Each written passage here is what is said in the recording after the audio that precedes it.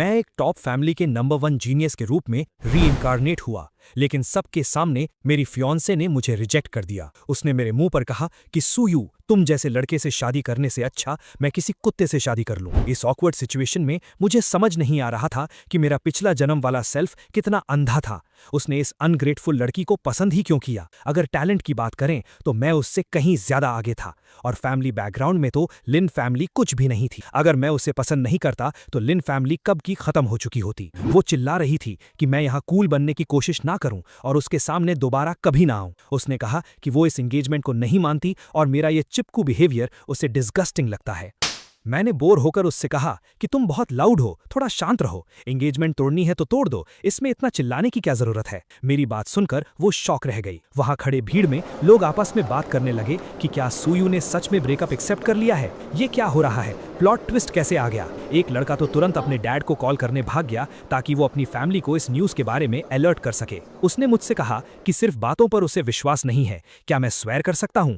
मैंने भी तुरंत स्वेर कर लिया कि मैं सूयू अब से लिन पांगशी के लिए कोई फीलिंग्स नहीं रखूंगा और कल खुद आकर इस एंगेजमेंट को ऑफिशियल कैंसिल करूंगा। अगर मैंने अपना प्रॉमिस तोड़ा तो मेरा पूरा वजूद मिट जाएगा। उसने कहा कि ठीक है, वो इस बार मेरा विश्वास कर रही है। मैंने अपने आप से सोचा, ये ओवर कॉन्फिडेंट लड़की कितनी बेवकूफ है। स्वेर करने का मतलब ये नहीं कि मैं तुझे, तेरी लिन फैमिली और उस मेन कैरेक्टर को जिंदा छोड़ दूंगा। ओरिजिनल बुक की स्टोरी के हिसाब से मेरा और मेरी सू फैमिली का फेट था कि हमें इस डेस्टिन्ड हीरो के पैरों तले कुचला जाना था, पर अब मुझे अपनी लाइफ आसान और लंबी बनानी थी। इसलिए लिन फैमिली और उस डेस्टिन्ड हीरो दोनों का मरना तय था। तभी मेरे दिमाग में एक आवाज आई, सिस्टम बाइंड कंप्लीट हो गया है। मैंने तुरंत पूछा कि इसके क्या फंक्शंस हैं। सिस्टम ने बताया कि उसका एम मुझे अल्टीमेट डेस्टिन्ड विलन बनाना है और मेरा करंट मेन क्वेस्ट है डेस्टिन्ड हीरो चू फंग को एलिमिनेट करना। ये सब करने पर मुझे मैसिव रिवॉर्ड्स मिलेंगे। मैंने सोचा, अगर मैं पूरी लिन फैमिली को डिस्ट्रॉय कर दूं तो हीरो का लक काफी हद तक स्टील हो जाएगा। आखिर मेरी एक्स की लिन फैमिली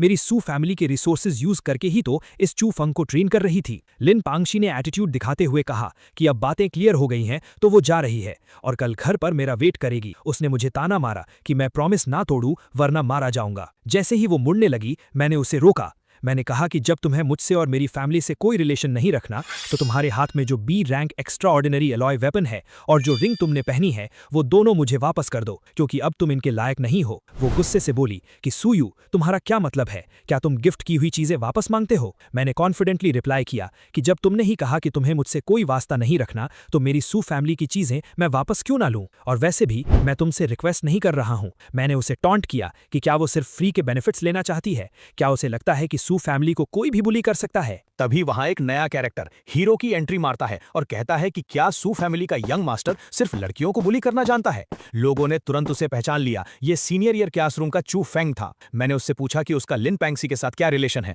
उसने कहा कि वो दोनों अच्छे दोस्त हैं। मैंने सीधे शब्दों में उसकी बोलती बंद कर दी और कहा कि जब ये हमारा पर्सनल मैटर है तो तुम जैसा आउटसाइडर बीच में बोलने वाला कौन होता है। मैंने सबके सामने क्लियर किया कि मैंने जो चीजें दी थी वो कभी एज अ परमानेंट गिफ्ट नहीं दी थी। चू फेंग ने मेरा मजाक उड़ाने की कोशिश की कि सू फैमिली का यंग मास्टर कितना चीप है जो अपने दिए हुए गिफ्ट्स वापस ले रहा है। मैंने उसे इग्नोर किया और लिन पैंगसी से दोबारा स्टर्न आवाज में मांगा। आखिर में उसने गुस्से में वो चीजें वापस फेंक दी और बोली कि ठीक है, ले लो। मैंने उससे कहा कि अपने डैड को रेडी रखना, कल मैं खुद आकर ये एंगेजमेंट तोड़ूंगा। चू फेंग उसे वहां से ले गया और उसे दिलासा दिया कि वो उसके लिए इससे भी अच्छा वेपन ढूंढेगा। जैसे ही वो गए, सिस्टम की आवाज आई कि मैंने स्टोरी लाइन सक्सेसफुली चेंज कर दी है, जिसके लिए मुझे एक न्यूबी गिफ्ट पैक मिलता है। मैंने उसे ओपन किया और मुझे एक रेल्म अपग्रेड कार्ड, एक गोल्डन बॉडी 9 स्टेज टेक्निक और 100 किलो 9th रैंक एसेंस मिला। ये मेरे लिए एक बहुत बड़ा सरप्राइज था। मैंने सोचा, सिर्फ एक छोटा सा प्लॉट चेंज करने पर इतने मैसिव रिवॉर्ड्स मिले हैं, तो अगर मैं आगे चलकर चू फेंग के बड़े अपॉर्चुनिटी स्टील कर लूं तो क्या मुझे मार्शल सेंट लेवल के रिवॉर्ड्स मिलेंगे? ये सोचकर ही मैं पूरा हाइप हो गया। दूसरी तरफ लिन फैमिली के घर में सीन बिल्कुल अलग था। लिन पैंगसी के डैड उसे डांट रहे थे कि उसने बिना पूछे सूयू से एंगेजमेंट तोड़ने का स्टेप क्यों लिया, और वो वहां बस रोने का ड्रामा कर रही थी। उसने अपने डैड से कहा कि आप सूयू से इतना डरते क्यों हैं? वो तो बस अपनी फैमिली की वेल्थ पर उड़ने वाला एक रिच किड है। उसने अपने डैड को याद दिलाया कि वो जल्द ही 8th रैंक पार करने वाले हैं, इसलिए अब उन्हें सू फैमिली के आगे झुकने की जरूरत नहीं है। वो अपने डैड को मैनिपुलेट कर रही थी कि उन्हें अपनी लिन फैमिली की पुरानी ग्लोरी वापस लानी चाहिए। उसके डैड उसकी इन बातों में आ गए। उन्होंने डिसाइड किया कि जब आज मैं उनके घर आऊंगा तो वो मुझे अच्छे से लेसन सिखाएंगे और एंगेजमेंट तोड़ने के साथ साथ मुझसे माफी भी मंगवाएंगे, क्योंकि उन्हें लगता था कि उनकी बेटी मुझसे कहीं ज्यादा बेटर है। तभी मैंने उनके घर के हॉल में एंट्री ली और एक कोल्ड स्माइल के साथ पूछा, लिन फैमिली के हेड, मुझे समझ नहीं आया कि आप किस तरह की माफी चाहते हैं और क्या आपने मेरी सू फैमिली की सारी चीजें रेडी रखी हैं? उन्होंने अपना फेक एटीट्यूड बनाए रखा और कहा कि सूयू, मैं तुम्हारा ब्रेकअप एक्सेप्ट करता हूं, लेकिन कल तुमने मेरी बेटी की जो इंसल्ट की है उसके लिए तुम्हें उससे माफी मांगनी होगी, वरना मैं खुद सू फैमिली के पास जाकर पूछूंगा कि उन्होंने तुम्हें क्या मैनर सिखाए हैं। उनकी बातें सुनकर मुझे हंसी आ गई। मैंने सीधा उनकी औकात दिखाते हुए कहा कि तुम सिर्फ एक 7th रैंक के पीक मार्शल आर्टिस्ट हो, तुम्हारे अंदर इतनी हिम्मत कहां से आई मेरी फैमिली को क्वेश्चन करने की। ये सुनकर वो चिल्ला उठे कि मैं इंसोलेंट हूं और क्या मेरे बड़ों ने मुझे एक ग्रैंड मास्टर की रिस्पेक्ट करना नहीं सिखाया। मैंने उनसे काउंटर किया कि ग्रैंड मास्टर की रिस्पेक्ट तो करनी चाहिए, लेकिन तुम किस स्टेटस से मुझ पर प्रेशर डालने की कोशिश कर रहे हो, तुम्हारी 7th रैंक की कल्टीवेशन से या इस फर्स्ट ईयर फैमिली हेड होने की घमंड से।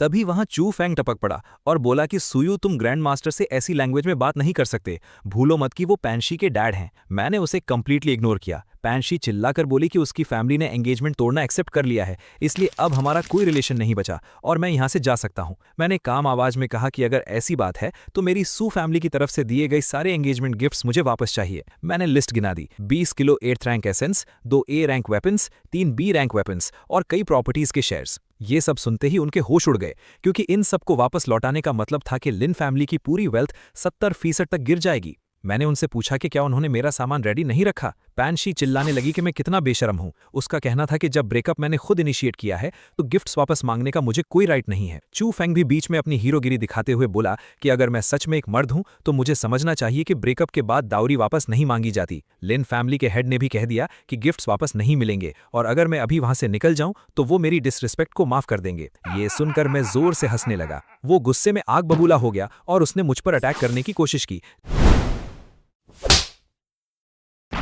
लेकिन अगले ही सेकंड मेरा 5th ग्रैंड अंकल, जो कि एक 9th रैंक का ग्रैंड मास्टर था, वहां अपीयर हुआ और उसने लिन हाउ को वहीं दबा दिया। मैंने कॉन्फिडेंटली कहा, लिन हाउ, तुम बस एक 7th रैंक के मार्शल आर्टिस्ट हो, तुम्हारी हिम्मत कैसे हुई इस यंग मास्टर पर हाथ उठाने की, इसे थप्पड़ मारो। मेरे ग्रैंड अंकल ने उसकी पूरी औकात याद दिला दी कि वो इस चीटी जैसी यूजलेस फैमिली का होकर भी हमारी सू फैमिली के खिलाफ बोल रहा है। लिन हाउ गुस्से और डर में चिल्लाया कि क्या 9th रैंक का ग्रैंड मास्टर रूल्स तोड़ना चाहता है, क्योंकि हाई रैंक एक्सपर्ट्स लो रैंक वालों को मार नहीं सकते। मेरे ग्रैंड अंकल ने स्मर्क करते हुए कहा कि जान से तो नहीं मारेंगे, लेकिन तुम्हें यहां अपने घुटनों पर बैठने पर मजबूर जरूर कर सकते हैं। और अगले ही पल लिन हाउ जमीन पर घुटनों के बल गिरा हुआ था। अपने डैड को घुटनों पर देखकर लिन पैंशी मेरे ऊपर चिल्लाने लगी। उसने कहा कि सुयू, तुम एक नंबर के जर्क हो, मेरे डैड को छोड़ दो वरना मैं जिंदगी भर तुम्हें माफ नहीं करूंगी। चू फेंग वहां आगे आया और हीरो वाले टोन में बोला कि सुयू, तुम सिर्फ अपनी फैमिली के पावर के दम पर दूसरों को बुली करते हो। आज मैं चू फेंग तुम्हें चैलेंज करता हूं, अगर तुम मर्द हो तो मेरा चैलेंज एक्सेप्ट करो। मैंने एक कोल्ड स्माइल के साथ कहा, ठीक है, मुझे तुम्हारा चैलेंज मंजूर है। हम दोनों के बीच फाइट शुरू हुई और एक ही झटके में मैंने उसकी पूरी स्पीड और पावर को काउंटर कर दिया। वो होश खो बैठा और चिल्लाया कि ये इम्पॉसिबल है, तुम 6th रैंक के मार्शल आर्टिस्ट कैसे बन गए, कल तक तो तुम सिर्फ अर्ली 5th रैंक थे। मैंने उसे मॉक करते हुए कहा कि छोटे बेवकूफ, इस दुनिया में ऐसी बहुत सी बातें हैं जो तुम्हारी समझ से बाहर हैं। मैंने ऑब्जर्व किया कि उसकी पावर ठीक ठाक थी और उसके अटैक्स में 5th रैंक जैसी स्ट्रांग मेंटल एनर्जी छुपी हुई थी। वो जमीन पर गिरते हुए चिल्लाया कि उसे ये डिफीट मंजूर नहीं है। तुरंत मेरे माइंड में सिस्टम का प्रॉम्प्ट आया। प्रोटैगनिस्ट की मेंटल स्टेट काफी डिस्टर्ब हुई है। सक्सेसफुली प्रोटैगनिस्ट को हिट करने के लिए आपको 1000 विलन पॉइंट्स मिलते हैं। मैंने मन ही मन सोचा, सिर्फ एक छोटा सा अटैक और सीधा 1000 पॉइंट्स। ये चूफेंग तो मेरे लिए एक सोने का अंडा देने वाली मुर्गी बन गया है। चूफेंग गुस्से में पागल हो गया, कहने लगा कि मैंने जरूर कोई घटिया ट्रिक यूज की है और वो दोबारा अटैक करने दौड़ा, लेकिन मैंने उसके अटैक को किसी बच्चे के खिलौने की तरह रोक लिया।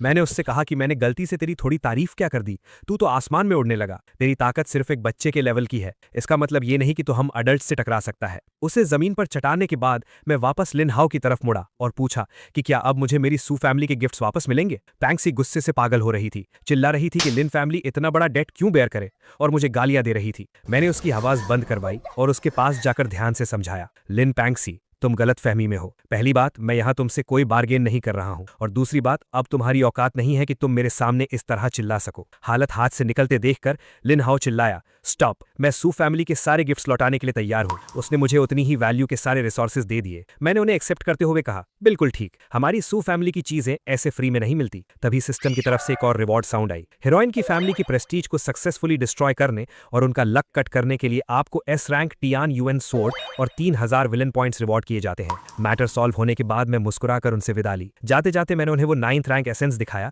और टॉन्ट मारते हुए कहा कि वैसे कितने दुख की बात है, मैं ये प्रेशियस एसेंस लिन फैमिली के हेड को गिफ्ट करना चाहता था, लेकिन अब तुम इसके लायक नहीं रहे। मैंने सबके सामने ओपनली अनाउंस कर दिया कि आज से सू फैमिली और लिन फैमिली के बीच कोई कनेक्शन नहीं होगा। सारे बिजनेस टाइज कट।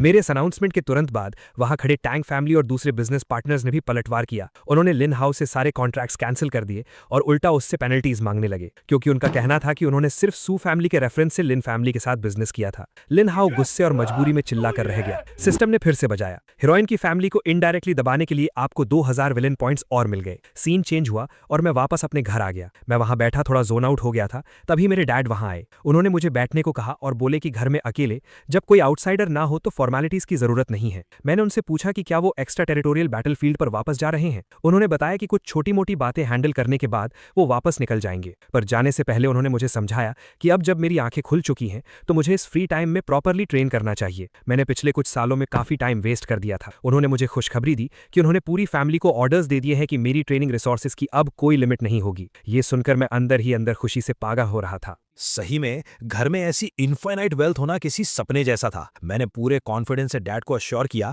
कि इस बार मैं क्योटो मार्शल आर्ट्स यूनिवर्सिटी के ग्रेजुएशन एग्जाम में टॉप पोजीशन लेकर आऊंगा। डैड ने एक प्राउड स्माइल दी और कहा कि अब वो टेंशन फ्री हैं और मुझे लिन फैमिली के बारे में सोचने की कोई जरूरत नहीं है। उन्होंने पहले ही अपने लोगों को उनका सफाया करने का ऑर्डर दे दिया है। जब मैं अकेला था मैंने अपना स्टैट्स पैनल ओपन किया। मुझे पता था कि ये सारे विलन पॉइंट्स सिस्टम की शॉप में काम आएंगे। जब मैंने शॉप चेक की तो वहां ऐसे लेजेंडरी आइटम्स थे जिन्हें देखकर किसी भी हाई लेवल मार्शल सेंट की आंखें खुली की खुली रह जाएं। पर मैं बिल्कुल रिलैक्स था, क्योंकि मुझे पता था कि आगे चलकर चू फंग के पास आने वाली सारी हिडन अपॉर्चुनिटीज को मैं चुरा लेने वाला हूं, तो पॉइंट्स की तो कमी आने ही वाली नहीं थी। मैंने प्लान बनाया कि इन पर थोड़ा और प्रेशर डाला जाए। मैंने अपने एक सबऑर्डिनेट को कॉल किया और ऑर्डर दिया कि मीडिया में ब्रेकअप की खबर स्प्रेड कर दो, लेकिन ट्विस्ट ये डालना कि लिन पैंगशी और चू फंग का चक्कर चल रहा था और लिन फैमिली ओपनली इस चू फंग पर अपना पैसा उड़ा रही थी। उसने तुरंत ऑर्डर एक्सेप्ट किया और जल्द ही हर जगह न्यूज हेडलाइंस बन गई। शॉकिंग, लिन फैमिली की शहजादी ने एंगेजमेंट तोड़ी क्योंकि वो सीक्रेटली किसी और आदमी को स्पॉन्सर कर रही थी। लोग आर्टिकल्स पढ़कर उनका मजाक उड़ाने लगे कि बाहर से इतनी इनोसेंट दिखने वाली लड़की अंदर से इतने गेम्स खेल रही थी।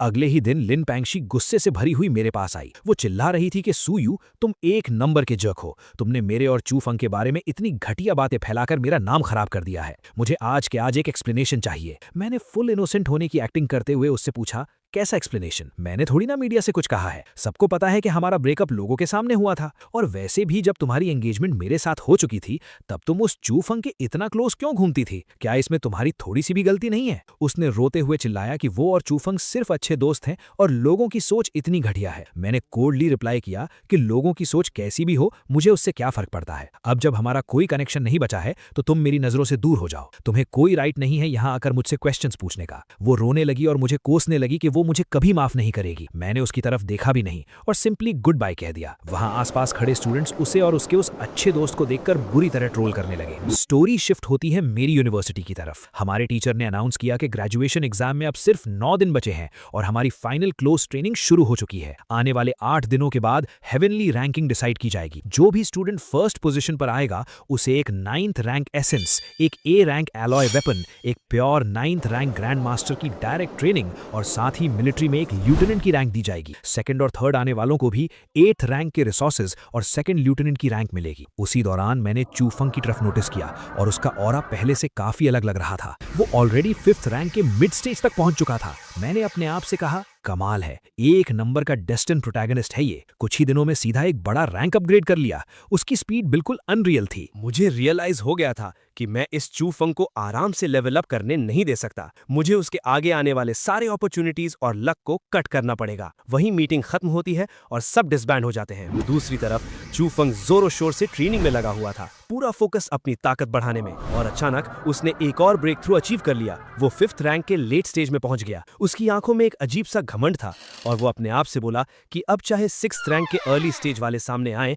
वो भी उसका सामना नहीं कर सकते। उसने कसम खाई कि वो मुझे अपने पैरों तले कुचल देगा और अपने उस पहले वाले थप्पड़ का बदला ले। फिर तो जैसे चू फंग बिल्कुल पागल ही हो गया। एक ही दिन के अंदर उसने हेवनली रैंकिंग के नंबर 9 को डिफीट कर दिया। उसने ओपनली अनाउंस किया कि ये नंबर 9 तो सिर्फ एक शुरुआत है, अब वक्त आ गया है कि रैंकिंग का नंबर 1 ये किंग भी अपनी जगह से हटे। उसने ये किंग को चैलेंज किया। पूरा ग्राउंड क्राउड से भरा हुआ था और सब ये किंग को चीयर कर रहे थे।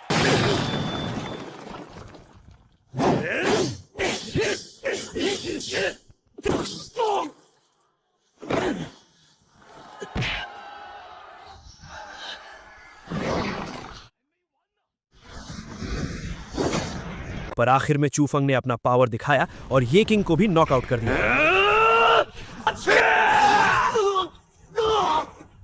जीतने के बाद वो स्टेज पर खड़ा होकर चिल्लाया कि उसे पता है सब उसको हल्के में लेते हैं और उसे सिर्फ एक टॉय बॉय समझते हैं, लेकिन उसने अपनी पावर प्रूव कर दी है। उसने पूरी आवाज में मुझे चैलेंज किया और कहा कि सुयू, कल शाम 5 बजे अगर तुम मर्द हो तो मुझसे लड़कर दिखाओ। मैं सबको बताऊंगा कि मैं उस लिन पैंगशी के लायक हूं, तुम नहीं। थोड़ी देर बाद मेरा एक दोस्त परेशान हालत में मेरे रूम का दरवाजा पीटने लगा। उसने घबराकर बताया कि यू भाई, अरीना में बहुत बड़ा बवाल हो गया है। चूफंग ने काफी टॉप रैंकर्स को हरा दिया है और अब स्टेज से तुम्हें चैलेंज कर रहा है। मैंने मुस्कुराकर सोचा कि लगता है हमारा हीरो अब लोगों के नीचे रहना पसंद नहीं कर रहा। मैंने कूल वे में कहा, चलो चलकर देखते हैं कि क्या तमाशा चल रहा है। मैं जब अरीना पहुंचा तो वो चूफंग स्टेज पर खड़ा माइक्रोफोन पर बोल रहा था कि अगर मेरे अंदर हिम्मत है तो वो वहां आकर मुझसे लड़े। मैंने स्टेज की तरफ चलकर जाते हुए अपनी लाउड आवाज में कहा, कल तक वेट करने की कोई जरूरत नहीं है, मेरे पास फालतू का टाइम नहीं है। अगर तुमने मेरा सिर्फ एक अटैक झेल लिया तो मैं सू फैमिली को हमेशा के लिए छोड़ दूंगा। क्या तुम्हें यह बेट मंजूर है? चूफंग ने कंफ्यूज होकर पूछा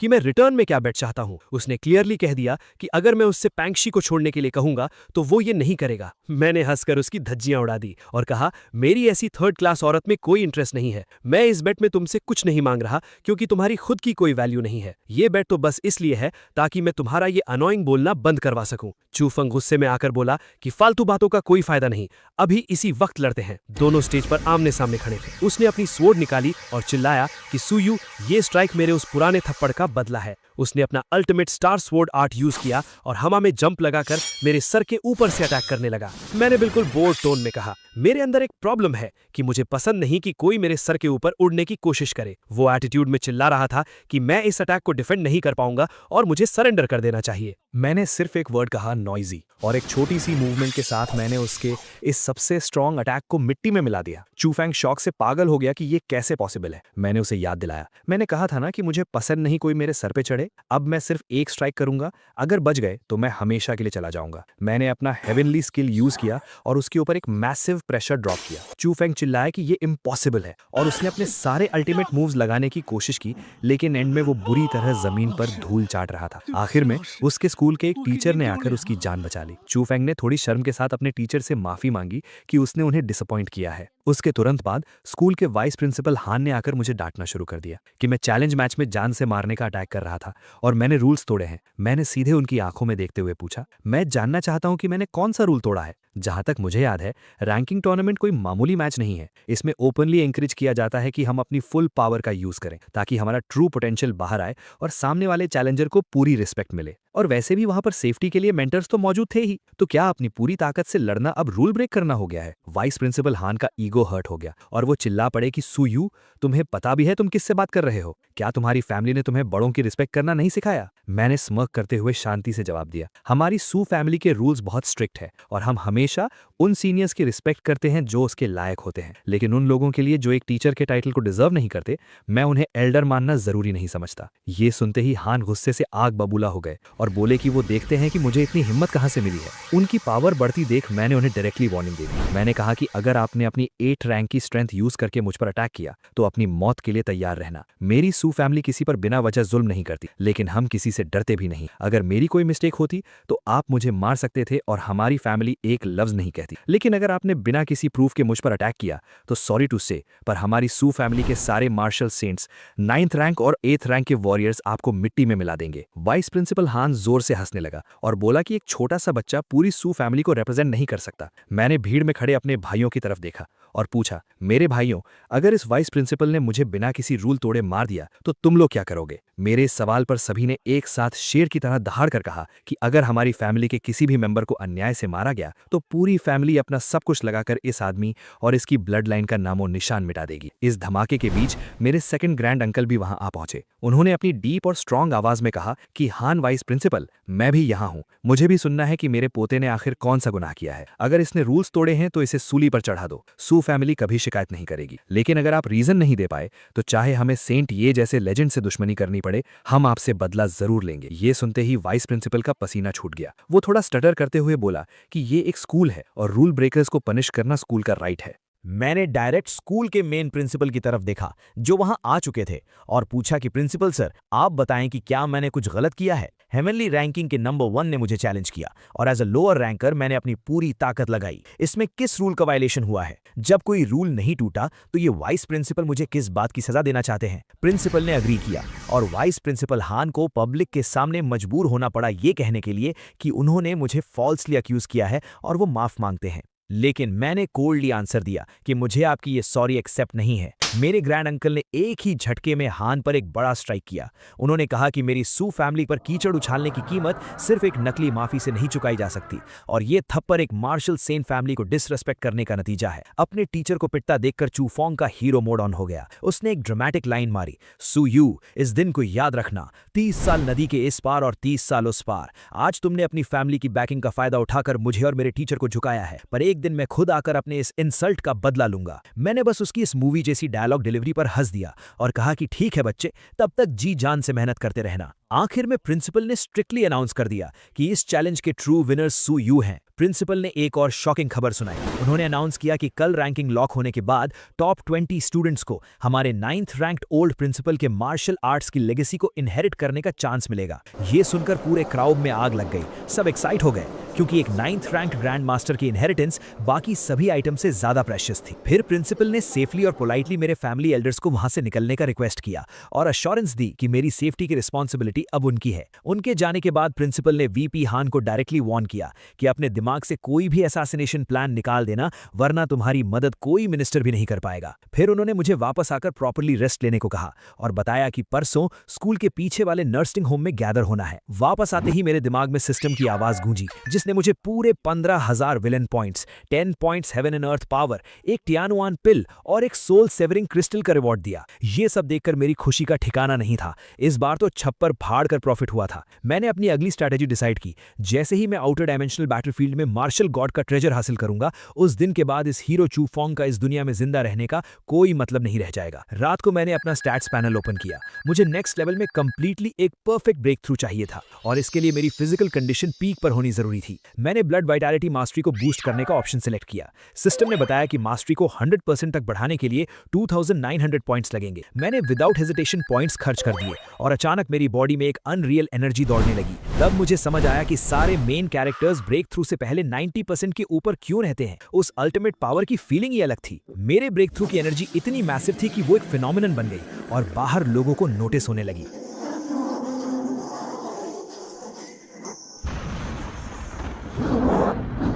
लोग आसपास पॉइंट आउट करके बोलने लगे कि सूयू के विला के ऊपर से निकल रही ये एनर्जी तो हेवनली सोल ग्रैंड मास्टर बनने की है। ये बात सुनकर मेरे ग्रैंड अंकल्स भी तुरंत वहां आ गए और उनकी आंखें हैरत से फटी की फटी रह गईं। उन्हें लगता था कि मैं एक लड़की के पीछे बर्बाद हो रहा हूं, पर उन्हें यह नहीं पता था कि मैं सीक्रेटली ग्रैंड मास्टर लेवल पर पहुंच गया था। आसमान में बिजलियां कड़कने लगी, पर वो डिस्ट्रक्शन वाली बिजलियां नहीं थी। उनके अंदर एक रिच लाइफ फोर्स छुपी हुई थी, जैसे डिस्ट्रक्शन के अंदर नया जन्म। मैंने उस लाइफ फोर्स को कैच किया और अपनी बॉडी के अंदर इमोर्टल सब्सटेंस बनाना शुरू कर दिया। कुछ देर की इंटेंसली हार्ड ट्रेनिंग के बाद मैंने आखिरकार अपने आप को 7th रैंक की ग्रैंड मास्टर रैंक में सक्सेसफुली अपग्रेड कर लिया। मेरी बॉडी ऐसे ग्लो कर रही थी जैसे अंदर एक आग जल रही हो। मैं खुद से सोचने लगा कि एक टिपिकल 7th रैंक वॉरियर के कंपैरिजन में अब मेरा कॉम्बैट पावर कितना डेडली होगा। मुझे इतना कॉन्फिडेंस था कि मैं अकेले ही आउटर स्पेस बैटलफील्ड पर किसी को भी मार सकता था। मेरे ग्रैंड अंकल ने मुस्कुराकर मेरी पूरी बॉडी का फाउंडेशन और सॉलिड ऑरा देखते हुए मेरी जमकर तारीफ। मैंने प्योरली हम्बल होकर थैंक यू कहा। उन्होंने बड़े फख्र से कहा कि जिस स्पीड से मेरा टैलेंट ग्रो हो रहा है,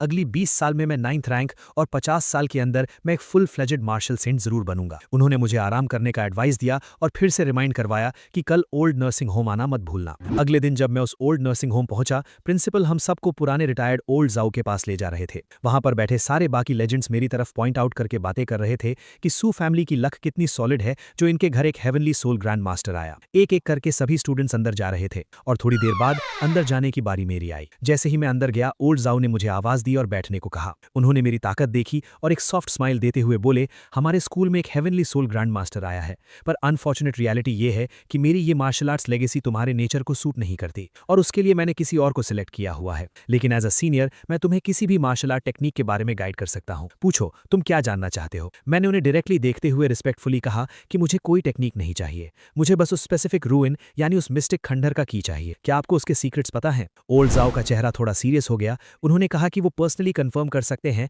कि अंदर के सीक्रेट का मार्शल गॉड से दूर दूर तक कोई रिलेशन नहीं। मुझे उनकी इस कंफर्मेशन से समझ आ गया था कि मेरा टारगेट कंफर्म है। फिर ओल्ड जाओ ने एक रिक्वेस्ट रखी। उन्होंने कहा कि 19th सिटी में उनके एक बहुत पुराने दोस्त का बेटा रहता है। अगर मैं आने वाले 100 सालों तक उसकी प्रोटेक्शन की रिस्पॉन्सिबिलिटी लेता हूं तो वो की वो मुझे दे देंगे। मैंने विदाउट एनी डाउट ये डील फाइनल कर दी। मैंने कहा 100 साल की प्रोटेक्शन तो एक बहुत छोटी चीज है। अगर उसके अंदर अच्छा टैलेंट हुआ तो मेरी सू फैमिली उसको टॉप टियर रिसोर्सेज देकर एज अ लेजेंड ट्रेन करेगी। ये सुनकर ओल्ड जाओ बहुत सेटिस्फाई हुए और उन्होंने मुझे वो की सौंप दी। उन्होंने अपनी पसंद की एक और रेयर मिस्टीरियस आइटम मुझे पकड़ा दी, ये कहते हुए कि अब उनका अंत पास है तो इन सब का उन्हें कोई काम नहीं है, बस उनके उस दोस्त के बेटे का थोड़ा ध्यान रखना। मेरे मन में ख्याल आया कि वाह, ये चूफंग का एक और बड़ा अपॉर्चुनिटी मैंने चुरा लिया। फिर उन्होंने हंसकर मुझे बाहर भेज दिया ताकि वो बाकी के स्टूडेंट्स को अपनी रियल लेगेसी दे सके। बाहर आते ही सिस्टम का प्रॉम्प्ट आ गया, अपने दुश्मन प्रोटैगनिस्ट की अल्टीमेट अपॉर्चुनिटी चुराने के लिए बधाई हो, आपको एक स्टार शैटरिंग रैंक वेपन दिया जाता है। स्कूल ने फाइनल नोटिस रिलीज किया कि अब हमें ठीक 7 दिन बाद असेंबल होना है। हम सब की final testing extra territorial battlefield पर होगी और हमारा प्राइमरी गोल वहां जिंदा बचकर वापस आना था। कैमरा शिफ्ट होता है दूसरी तरफ, जहां चू फेंग ने अपने आइसोलेशन की ट्रेनिंग कंप्लीट कर ली थी और सीधा लिन फैमिली के दरवाजे पर उनसे मिलने आया। लिन हाओ और उसके मेंबर्स ने उसको वीआईपी की तरह अंदर इनवाइट किया। लिन हाओ ने अपने घर वालों को प्राउडली कहा, देखा, मैं तुम लोगों से पहले ही कह रहा था कि उसको अपना प्रेशियस बी रैंक वेपन देकर मैंने कोई गलती नहीं की। चू फेंग ने बहुत आदर भरे स्वर में कहा कि अगर सू फैमिली की इतनी बड़ी थ्रेट के बाद भी उन्होंने उसका सपोर्ट ना किया होता तो उसका यह अचीवमेंट पॉसिबल नहीं था। फिर उसने लिन पैंगशी की आंखों में देखते हुए कहा, मैं वापस आ गया हूं और अब मेरी सारी जिंदगी सिर्फ तुम्हें प्रोटेक्ट करने में जाएगी, कोई भी तुम्हें दुख नहीं दे पाएगा। वो ब्लश करने लगी। लिन हाओ ने जल्दी से बीच में बोलते हुए उसे बैठने को कहा और रिक्वेस्ट की कि एक्स्ट्रा टेरिटोरियल बैटलफील्ड में वो उनकी बेटी और लिन फैमिली के बाकी स्टूडेंट्स का ध्यान रखें। चू फेंग ने दिल पर हाथ रखकर कहा कि जिस फैमिली ने उस पर इतना बड़ा एहसान किया है वो उन्हें कभी भूल नहीं सकता। इसके बाद चू फेंग ने अपने मास्टर प्लान को रिवील किया। उसने बताया कि कैसे लोग और नॉर्मल स्टूडेंट्स सू फैमिली की गुंडागर्दी और उनके उस एटीट्यूड से नफरत करने लगे हैं जहां वो अपने आप को सभी से ऊपर समझते हैं। चू फेंग ने लिन हाओ को एक स्पेशल अलायंस बनाने का आइडिया दिया जिसमें सारी सेकंड और थर्ड टियर फैमिलीज एकजुट होकर इन टॉप लेवल एलीट्स और सू फैमिली के खिलाफ आउटर बैटलफील्ड में खड़ी होंगी। लिन हाओ खुशी से राजी हो गया और उन अलायंस को असेंबल करने की रिस्पॉन्सिबिलिटी ले ली। पूरा एटमॉस्फेयर काफी पॉजिटिव हो गया और फाइनली लिन हाओ वहां से खिसक गया ये बोलकर कि तुम दोनों यंगस्टर्स कितने दिनों बाद मिले हो तो थोड़ी देर गार्डन में अकेले बैठकर टाइम स्पेंड करो। कुछ दिन गुजरने के बाद हम सबकी यूनिवर्सिटी की team finally extra territorial battlefield की तरफ रवाना हो गई। मैंने अपने आप से मन में डिसाइड कर लिया था कि अब वक्त आ गया है सबको दिखाने का कि एक सच्ची मार्शल सेंट फैमिली की धांसू ताकत क्या होती है। रस्ते में हेड ऑफिसर ने एक लंबा मोटिवेटिंग स्पीच दिया। उसने सबसे कहा कि तुम सब आने वाले ड्रैगन कंट्री के फ्यूचर पिलर्स हो, लेकिन ये बैटलफील्ड बच्चों का खेल नहीं है। यहाँ एलियन रेसेस के एक्सपर्ट से तुम्हारी सीधी टक्कर होगी जिन्होंने मौत को बहुत करीब से देखा है। उसने बताया कि जो लोग इस ब्लड बाथ को सर्वाइव कर लेंगे वो कंफर्म 6th रैंक या 7th रैंक के स्ट्रॉन्ग ग्रैंड मास्टर बनकर लौटेंगे। उसने सबको जिंदा वापस आने की विश दी। कुछ वक्त के ट्रैवल के बाद हम सब आखिर उस मिस्टीरियस जगह the 10,000 year loan city land हुए। वहां पर 9th सिटी के जनरल किन तुओ ने हमारा लाउडली स्वागत किया। उन्होंने बताया कि हमारी बेसिक अकोमोडेशन का इंतजाम कर लिया गया है और सब लोग आराम करने के बाद ठीक 5 बजे प्लाजा के मेन एरिया में इकट्ठे होंगे। वहां जाते हुए बीच रास्ते में हीरो चू फेंग मेरे पास आया और सीधे मुंह बोलने लगा, सुयू, अब हम आउटर स्पेस बैटलफील्ड में आ चुके हैं। यहां पर मैं तुम्हें समझाऊंगा कि आम लोगों की यूनियन में कितनी पावर होती है। तुम जैसा घमंडी रिच किड सिर्फ मनी पर फोकस करता है, पर तुम्हें जनरल पब्लिक और वॉरियर्स की सपोर्ट कभी नहीं मिलेगी। मेरा सबॉर्डिनेट चू फेंग को घूर कर मुझे धीरे से बोला कि बॉस, आखिर लोगों को ये क्यों लगता है कि इन्होंने हमें बॉयकॉट किया है, बल्कि असली रियलिटी तो कुछ और ही है। मैंने स्माइल करते हुए एक ठंडी आवाज में जवाब दिया, शायद इन गधों को अपने ऊपर कुछ ज्यादा ही कॉन्फिडेंस आ गया है। थोड़ी देर में ही चू फेंग ने दूसरी यूनिवर्सिटीज और नॉर्मल फैमिलीज के स्टूडेंट्स से नेटवर्क करना शुरू कर दिया। उसकी नजर मिलिट्री एकेडमी के एक स्टूडेंट फैंग हाओ पर पड़ी। उसने उसके पास जाकर खुद को इंट्रोड्यूस किया कि अगले 4 साल तक हमें मिलकर एक दूसरे की सपोर्ट करनी है। चू फेंग ने तुरंत अपना इमोशनल ड्रामा शुरू कर दिया और मेरा नाम बदनाम करते हुए बोला कि सुयू जो लीडर है वो बस अपनी मार्शल सेंट फैमिली के बेस पर गुंडागर्दी करता है और फोर्सफुली एंगेजमेंट करता है। जब मेरी फ्रेंड ने उसे मना किया तो उसने ना सिर्फ रिश्ता तोड़ा बल्कि उसके डैड को बुरी तरह पीट दिया। इस वजह से सारे स्टूडेंट्स उसके ग्रुप को अवॉइड करते हैं क्योंकि लोग डरते हैं कि उन्हें भी मार दिया जाएगा। उसके पीछे से आकर लिन पैनशी ने भी रोते हुए झूठ बोला कि मैंने लगातार 7 साल तक उसके पीछे पड़कर उसे तंग किया, और जब उसने ना कह दी तो मैंने पावरफुल स्टेटस का यूज करके उसके परिवार वालों के साथ अब्यूज किया। उनका घटिया रोना धोना सुनकर आसपास खड़े और नॉर्मल स्टूडेंट्स प्रोवोक हो गए कि एलीट फैमिलीज स्ट्रीट के क्रिमिनल से भी ज्यादा खतरनाक और घटिया होते हैं। फैंग हाओ ने इनकी सारी एक्टिंग बहुत ध्यान से सुनी। फिर उसने वहां खड़े गुस्से में आग बबूला हो रहे स्टूडेंट्स से एक डायरेक्ट क्वेश्चन पूछा, तो मैं एक बात जानना चाहता हूं, क्या तुम सबको सच में कभी किसी रिच फैमिली या फिर स्पेशली इन एलीट्स ने तकलीफ दी है, या फिर तुम्हारे पास ऐसी कोई सेम स्टोरी है जो इस लड़की जैसी हो? चू फेंग ने अपना नकली भाईचारा दिखाते हुए फैंग हाओ से कहा कि इन एलीट लोगों के नेचर बहुत एक्सट्रीम होते हैं और तुम्हें धोखेबाजी से सावधान रहना चाहिए। लेकिन फैंग हाओ का एक्सप्रेशन कंप्लीटली चेंज हो गया और उसने एक लाउड और बोल्ड वॉइस में मेरी तरफ देखकर पुकारा, बॉस सू, तो क्या मार्केट में उड़ रही खबरों में आने वाला वो नया टॉय बॉय और आप पर एटीट्यूड दिखाने वाली घटिया औरत यही दोनों हैं? भाई ये तो बिल्कुल परफेक्ट जोड़ी लग रही है। चू फेंग हकलाते हुए बोला कि ये तुम क्या बोल रहे हो और उसका मतलब क्या है? फैंग हाओ एक जबरदस्त हंसी देकर बोला कि मेरा सिंपल मतलब यही है कि मैं तुम पर और तुम्हारी साइड में खड़ी इस फेक औरत पर पूरे दिल से हंस रहा हूं। फिर फैंग हाओ अपनी एकेडमी के बाकी लॉन्डों की तरफ मुड़ा और चिल्लाकर पूछा कि भाइयों और मेरे एकेडमी के सोल्जर्स, मुझे इस एक डाउट का आंसर देना, तुम इन लोगों पर विश्वास करते हो या अपने बॉस सूयू पर? मैंने भीड़ की तरफ कदम बढ़ाते हुए उन्हें उस कुएं के मेंढक की कहावत सुनाई। मैंने उन लोगों की आंखों में झांकते हुए पूछा कि क्या तुम सबको सच्ची में लगता है कि तुम्हारे चंद खोखले शब्दों से पूरी दुनिया को बेवकूफ बनाया जा सकता है? चू फेंग का पसीना निकल गया और वो बोला कि सूयू, आखिर तुमने ये कौन सा नया प्लान तैयार कर लिया है? फैंग हाओ ने अकड़ते हुए जवाब दिया, भूल जाओ कि यहाँ किसी ने गेम खेला है।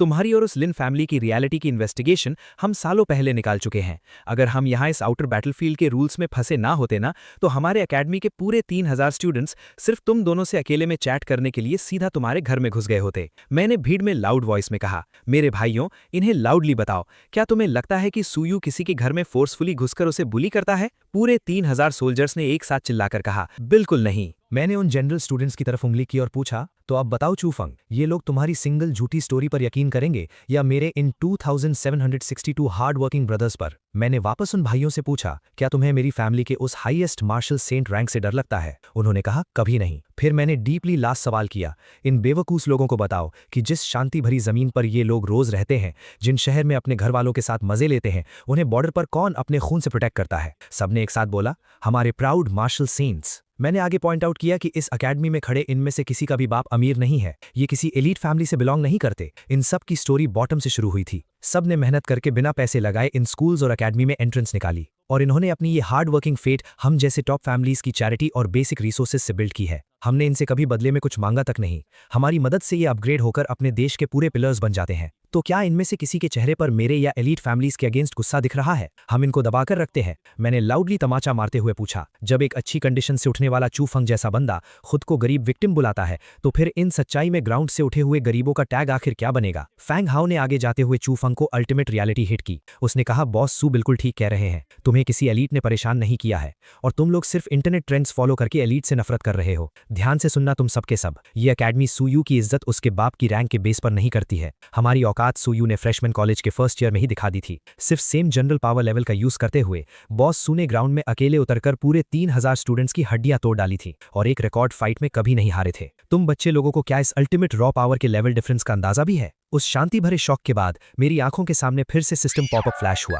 नोटिस, मेन कैरेक्टर चू फेंग की ओवरऑल इज्जत पूरी तरह मिट्टी में मिल गई है। बधाई हो, तुम्हें नए 3000 विलन पॉइंट्स मिलते हैं। इसके साथ एक जुयान पिल का पैकेज भी दिया गया, जिसके एक ट्राई से मेरी current 7th rank grand master power एक छोटे रैंक लेवल अप कर लेगी। मैंने एक चालू हंसी हंसते हुए खुद को बोला कि मैंने इस आलसी भेड़ चू फेंग का फिर से खूब फायदा उठा लिया है। सच में ऐसी छोटी मोटी शीप को जिंदा रखने में अलग ही स्वाद और फायदा है। जब तक इसका पूरा मास फैट लेवल नहीं बढ़ जाता, उसको जिंदा रखने में ही रियल फायदा है। इस हाई वोल्टेज ड्रामा के तुरंत बाद हमारे ऑफिसर जनरल ने ग्राउंड पर आके ऑफिशियल मैसेज पास करना स्टार्ट किया। उन्होंने अपनी स्पीच की शुरुआत में कहा कि ये कैंप एक ऐसी लोकेशन पर स्थित है जो ह्यूमन रेस बाउंड्री के बीच के सेंटर सेक्शन में पड़ता है, इसलिए तुम्हें करंट सेफ्टी अटैक के बारे में डरना नहीं चाहिए। उन्होंने याद दिलाया कि तुम्हारा एक सिंपल मिशन अगले 4 साल जिंदा रहकर ग्रेजुएशन पूरा करना है, और दूसरा इंपॉर्टेंट गोल यहाँ पॉइंट्स जमा करना है। 4 साल बाद जिनके पास गिवन नंबर ऑफ पॉइंट्स होंगे उन्हें सक्सेसफुल ग्रेजुएट किया जाएगा। ये सब points direct alien battles win करने, इंपॉर्टेंट रेयर मटेरियल उन्हें जमा करने और जंगल के डेडली बीस्ट्स को मारकर उनके कोर्स लाने से मल्टीप्लाई होंगे। कोई नया रिसोर्स जोन मार्क करने से पॉइंट्स ऑटोमेटिकली प्लस हो जाएंगे, लेकिन उन्होंने स्पेशली ये बात पॉइंट आउट करी कि किसी भी रेयर मटेरियल को जबरदस्ती आर्मी को देना रिक्वायर्ड नहीं होगा। ये प्योरली बस मार्क्स बढ़ाने का ऑप्शन होता है। फ्री एक्टिविटीज शुरू करने से पहले उन्होंने 2 रूल्स रिलीज किए। अगले दिन हम सभी आउटर लिमिट वाले अनटच्ड जंगल एरिया में एग्जैक्ट 10 दिन के रियल बैटल ट्रायल के लिए उतरेंगे। टास्क बहुत स्ट्रेट था, ज्यादा से ज्यादा डेडली क्रीचर्स हंट करके उनकी एनर्जी कोर्स हासिल करना, जिससे हमारी रियल टाइम आवर और रैंक्स अपडेट होंगी। लास्ट अनाउंसमेंट में ये बताया गया कि इन पूरे टास्क में लिस्ट में आने वाले टॉप 10 कैंडिडेट्स को डायरेक्ट आगे फर्स्ट सिटी ट्रांसपोर्ट किया जाएगा, जहां इन सारे ब्लू प्लैनेट यूनिवर्सिटीज की सबसे बड़ी क्लैश बैटल टूर्नामेंट अनाउंस की जाएगी, जिसमें मैसिव आइटम्स एंड रिवॉर्ड्स दिए जाएंगे। इस अनाउंसमेंट के साथ ही उन्होंने आईडी कार्ड्स बांटना चालू करा और उन्होंने फाइनली हम सबको इस फील्ड को रैंडमली एक्सप्लोर करने की परमिशन दे दी। मेरे पापा सूलोंग की तरफ से कम्युनिकेशन आया। थोड़ी देर में मुझे बुलाया गया उनके पास। पापा ने कहा, इस बार तुम्हें बुलाया है क्योंकि कुछ बातें बतानी है। कल की 20 असेसमेंट में जाने की जरूरत नहीं, बेस में आराम से कल्टीवेशन करो। असली काम यह है कि इस बार के 5 रीजन्स एक्सचेंज कंपटीशन में मुझे चाहिए कि तुम नियॉन और हेफाई रीजन वाले रिप्रेजेंटेटिव स्टूडेंट्स को टेस्ट करो। उनमें कुछ अलग सा नोटिस करना है। हमें खबर मिली है कि इन दोनों रीजन्स पर शक है कि वो एलियन रेस के साथ मिले हुए हैं। मैंने कहा, यह काम मुझ पर छोड़ दो, चूंकि आपने इतनी हिम्मत दिखाई है तो मैं इसे पूरी तरह संभाल लूंगा। पापा ने कहा, अगर इस मामले में एक मार्शल सेंट इन्वॉल्व्ड है तो मुझे शांति मिल गई। फिर उन्होंने कहा, बेटा, असेसमेंट खत्म होने के बाद मैं फ्रंट लाइन जाकर तुम्हारे ग्रैंडफादर से मिलना चाहता हूं। वो भी तुमसे मिलने को बहुत बेचैन है, पर अफसोस फ्रंट लाइन पर एक एलियन रेस का मार्शल सेंट उन पर इतनी नजर रखता है कि वो वहां से निकल ही नहीं पाते। फिर पापा ने जनरल क्विन से कहा, ठीक है, अब इतना ही। जनरल क्विन, तुम्हें परेशान करने के लिए माफी। जनरल क्विन ने कहा, फैमिली हेड, आप ऐसी बात क्यों कह रहे हैं? मेरी जान तो आपने ही बचाई थी उस साल, और आपने तो मेरे लिए 9th ग्रेड ब्रेक थ्रू के रिसोर्सेज भी तैयार किए थे। मैं तो सिर्फ यंग मास्टर को बुलाने आया हूं, कोई बड़ी बात नहीं। पापा ने ठीक किया, रिसोर्सेज तो तुमने अपनी मिलिट्री मेरिट से एक्सचेंज किए थे, मैंने तैयार नहीं किए थे। ये बात साफ रहनी चाहिए। मैंने जनरल क्विन को बधाई दी। कंग्रेचुलेशंस जनरल क्विन, आप जल्द ही 9th ग्रेड ग्रैंड मास्टर बनने वाले हैं। लगता है आपका लेफ्टिनेंट जनरल तक प्रमोट होना भी बस वक्त की बात है। जनरल क्विन ने हंसते हुए कहा, सू यंग मास्टर मजाक कर रहे हैं, ये तो सिर्फ लक है। फिर उन्होंने कहा, चलो मिलिट्री बेस में कुछ खाते हैं। इतने सालों से नहीं आए तो शायद बीस्ट मीट का स्वाद ही भूल गए होंगे। असेसमेंट खत्म होने पर चू फैंग ने एक डरावना सा स्कोर बनाया। 7280 पॉइंट्स के साथ 20 7वें ग्रेड के बीस्ट को मारकर पहला नंबर लिया। ये चिंग दूसरे नंबर पर, फैंग टिंग तीसरे नंबर पर, और इस तरह एक्सचेंज कंपटीशन की सीट्स ऑफिशियली लॉक हो गई। इंस्ट्रक्टर ने कहा, मैं पहले सिटी लॉर्ड के रेसिडेंस में रिपोर्ट देने जाता हूं, तुम सब यहां आपस में मिल लो। फिर वहां कंपटीशन के दौरान एक छोटा सा ड्रामा शुरू हो गया। एक आदमी लिन पैंक्सी को छेड़ते हुए बोला, सुंदर हो पर सिर्फ 5th ग्रेड होकर भी कंपटीशन में आ गई। लगता है तुम्हारे ज़ेनजियांग की मार्शल डाउ बहुत कमजोर हो गई है। आज रात किसी जगह बैठकर थोड़ा ड्रिंक नहीं करते? वो लड़की गुस्से में बोली, कितना घिनौना आदमी है। उसके पास खड़े चू फैंग ने कहा, अभी हाथ मत उठाओ, इन्हें थोड़ी देर और जीने दो, अरीना में मैं इन्हें इसकी कीमत चुकवा दूंगा। फिर अचानक एक लड़की अरीना में आई। वो आदमी फिर बोला, सुंदर हो, मैं तुम्हें अलग से बात करने के लिए इनवाइट करना चाहता हूं। थोड़ी मार्शल डाउ की डिस्कशन कर लेते हैं, कैसा रहेगा? Get lost. उसने जवाब दिया, औरत, ये ऑर्डर है, रिक्वेस्ट नहीं। तभी मैं वहां पर गया और उसे जमीन पर दे मारा। हम जैसे लोगों से बात कर पाना तुम्हारी जिंदगी का सबसे बड़ा सौभाग्य है। अगर ठीक से बोलना नहीं आता तो चुप ही रहो। वो गुस्से में फट पड़ा, कमीने, मुझे हाथ लगाने की हिम्मत कैसे की? मैं जरूर तुम्हें इसकी भारी कीमत चुकवाऊंगी, छोड़ो मुझे। किसी ने उसे रोका। फिर वो बोली, आज अगर कोई जवाब नहीं मिला तो ये मामला यहीं खत्म नहीं होगा। मैंने कहा, धमकी दे रही हो मुझे? वो फिर बोली, कमीने, ले मेरा एक पंच। तभी झगड़ा शुरू हो गया।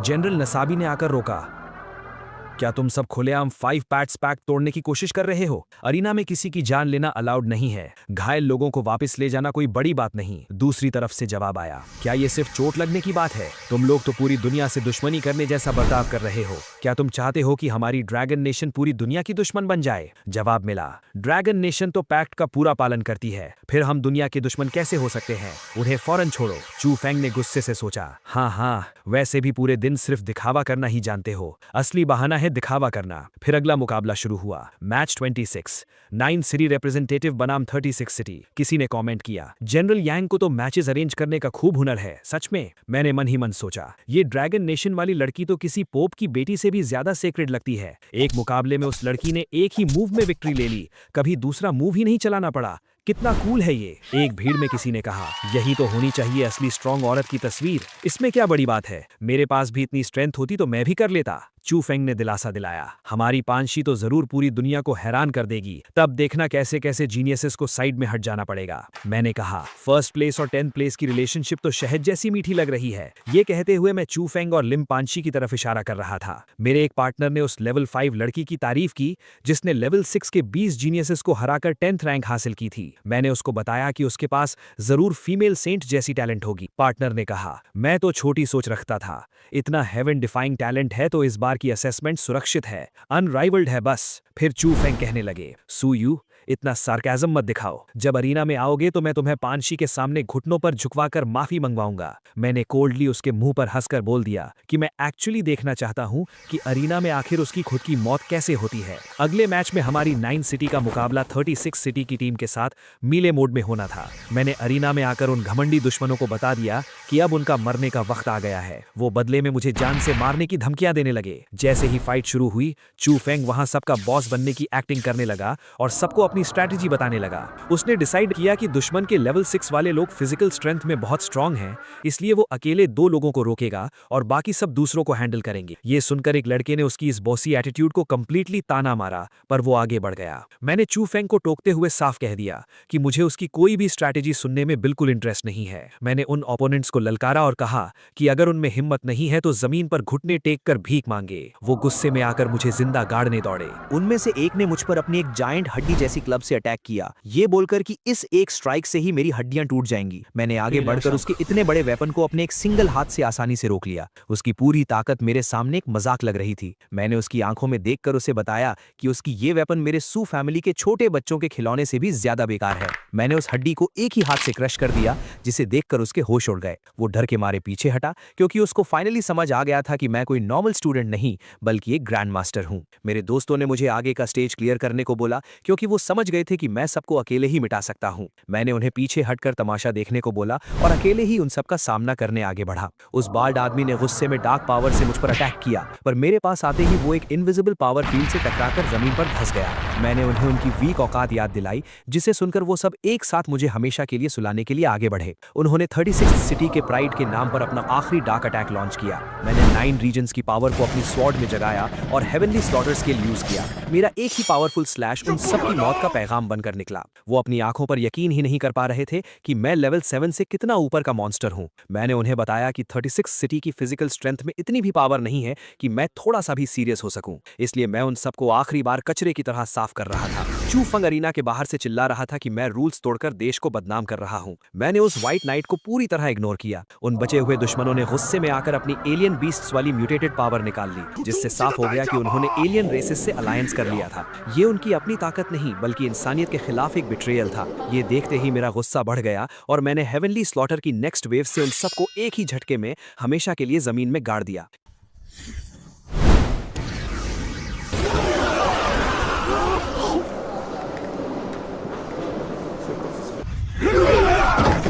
ये सब देखकर नसाबी और शेंडाई जाओ चांग जैसे जनरल्स गुस्से में पागल हो गए और उन्होंने मुझ पर रूल्स तोड़ने का नाटक करके मुझ पर अटैक करने का फैसला किया। मैंने यांग जिन को साइड किया और शेंडाई जाओ चांग की तरफ पॉइंट करते हुए पूरी दुनिया को बताया कि उन सब में कितना बड़ा खोट है। मैंने उसको और उसकी आर्मी को एक घटिया कचरा बताया जो मेरे रास्ते का कांटा नहीं बन सकते थे। नसाबी ने आगे बढ़कर मुझे धमकाया कि उसका बाप लेवल 9 पर है और वो एक होली गॉड का स्पेशल डिसाइपल है, इसलिए मैं उसे मार नहीं सकता। मैंने जोर से हंसकर उसको सिखाया कि जिसे वो होली गॉड बोलता है वो सिर्फ एलियन रेस का पाला हुआ एक सस्ता कुत्ता है। मैंने अपनी स्वॉर्ड स्विंग की और उस बाल जनरल को भी बिना सोचे समझे एक ही वार में सीधा नर्क भेज दिया। उसके बाद शेंडाई जाओ चंग अपनी लेवल 8 की लाइटनिंग पावर के साथ हवा में उड़ते हुए मेरे ऊपर अटैक करने आया, ये सोचकर कि मैं उसके इस अल्टीमेट मूव के सामने नहीं टिक पाऊंगा। मैंने कोल्डली अपनी वॉइड स्वॉर्ड बाहर निकाली और उसके लेवल 8 के अटैक को एक मजाक की तरह काटकर उसको 2 हिस्सों में तोड़ दिया। चू फेंग ये सब दूर से देखकर सदमे में जमा हुआ था। उसकी आंखों में आंसू थे और वो जल भुनकर सोच रहा था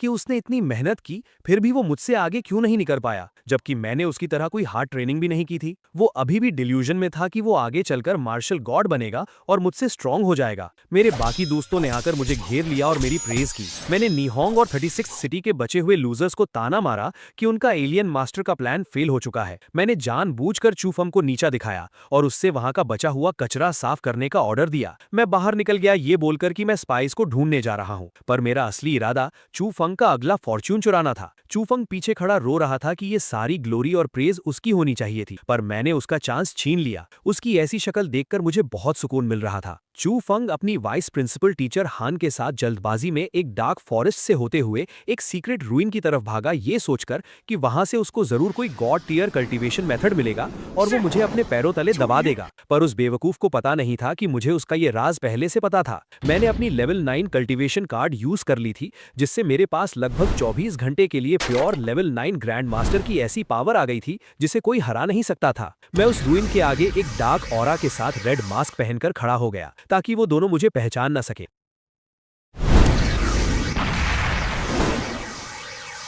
जैसे ही चू फंग और उसकी टीचर वहां पहुंचे और उन्होंने उस पत्थर के दरवाजे को गोल्डन की से खोला, मैं वहां उनके ठीक पीछे आ गया। मेरा ऑरा इतना हैवी था कि चू फंग की टीचर डर के मारे जमीन पर गिर गई और घुटने टेक कर मुझसे माफी मांगने लगी। मैंने अपनी डीप आवाज में उन्हें वॉर्न किया कि मैं इस सीक्रेट रूइन को सालों से प्रोटेक्ट कर रहा हूं और उनका ऐसे दरवाजा तोड़कर आना एक चोर का काम है जिसे मैं जिंदा नहीं छोड़ूंगा। उसकी टीचर तो रोकर माफी मांग रही थी, पर वो घमंडी चू फंग आगे आकर मुझ पर ही चिल्लाने लगा कि ये रूइन उन्होंने डिस्कवर किया है और वो गोल्डन की भी उसकी है, इसलिए सब कुछ उनका है। उसकी टीचर ने जल्दी से चू फंग को चुप कराया और अपनी बैकग्राउंड बताने लगी कि उसका बॉस ये ताओ है और उसका बाप लेवल 9 का रिसर्च डायरेक्टर है। उसने मुझे अपना सारा सामान लेने का ऑफर दिया, बस उनकी जान बख्शने के बदले में। मैंने हंसते हुए कहा कि तुम जैसे छोटे एंट्स के पास मुझे देने के लिए ऐसी कोई चीज नहीं है। मैंने अपनी स्वॉर्ड निकाली और उन दोनों को ठीक 30 सेकंड्स दिए ये डिसाइड करने के लिए कि आज वहां दोनों में से कौन मरेगा और कौन जिंदा वापस जाएगा। वक्त पूरा होते ही मैंने उनसे उनका फाइनल डिसीजन पूछा।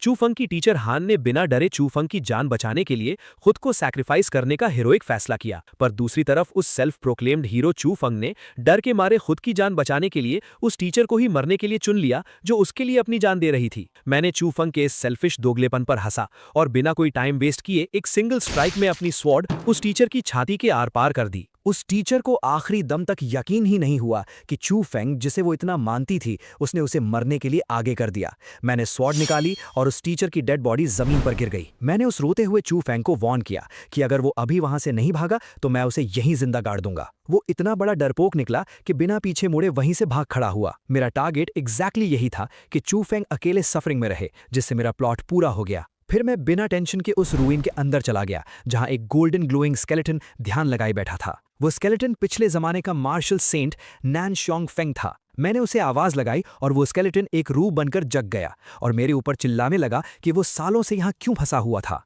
उसने मुझे बताया कि उसने मार्शल सेंट बनने के लिए बहुत सैक्रिफाइस किया था, पर उसके लेवल अप होते ही एलियन रेसेस के स्ट्रॉन्ग फाइटर्स ने उस पर पीछे से अटैक करके उसे मरने की हालत में छोड़ दिया था। उसने रोते हुए कहा कि वो बस 3 साल में मर गया और उसे बिल्कुल शांति नहीं मिली। मैंने उसकी रोने वाली सैड स्टोरी को सुनकर कैजुअली कहा कि उसकी लाइफ और डेथ से मेरा कोई लेना देना नहीं है। उस रूह ने गुस्से में पागल होकर अपना सबसे स्ट्रॉन्ग अटैक मुझ पर फेंक दिया।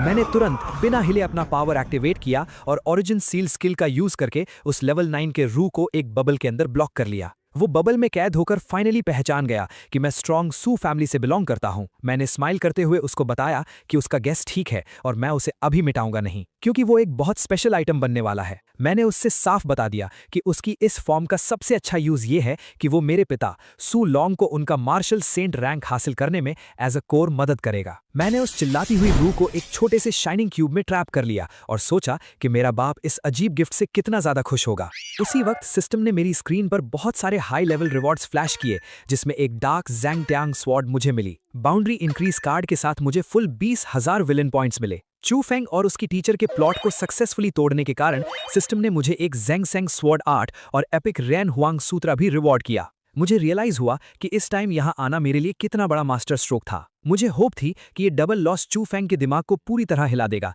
जिससे उसकी ग्रोथ रुक जाएगी। अब मेरा फोकस वापस आउटर वर्ल्ड की मेन बैटल पर गया, क्योंकि मेरे लेवल 9 कल्टीवेशन कार्ड का टाइम अभी बचा था। मैं स्मूथली चलते हुए बाहर वापस सिटी के रूइंस में पहुंचा, जहां शेंडाई जाओ कसांग अभी भी हमारे लोगों को टॉर्चर कर रहा था। उसने हंसकर कन्फेस किया कि डोंगदाओ और निहोंग के लोग ह्यूमंस को बिट्रे करके एलियंस की आर्मी में मिल चुके हैं, क्योंकि हम ड्रैगन नेशन के लोगों ने उन्हें आगे बढ़ने नहीं दिया था। उस गद्दार ने एलियन पावर यूज करके अपने राइट आर्म को एक ह्यूज म्यूटेटेड रेड क्लॉ में ट्रांसफॉर्म कर लिया था और मेरे कुछ दोस्तों को हवा में ब्लड स्प्लैटर के साथ क्रश कर रहा था। वो बेशरम जनरल जोर जोर से हंस रहा था और चिल्लाता जा रहा था कि हम ह्यूमंस उसकी इस डार्क एलियन मैजिक को कभी समझ ही नहीं पाए और अब वो हम सबको मारकर एक ब्लड सैक्रिफाइस क्रिएट करेगा।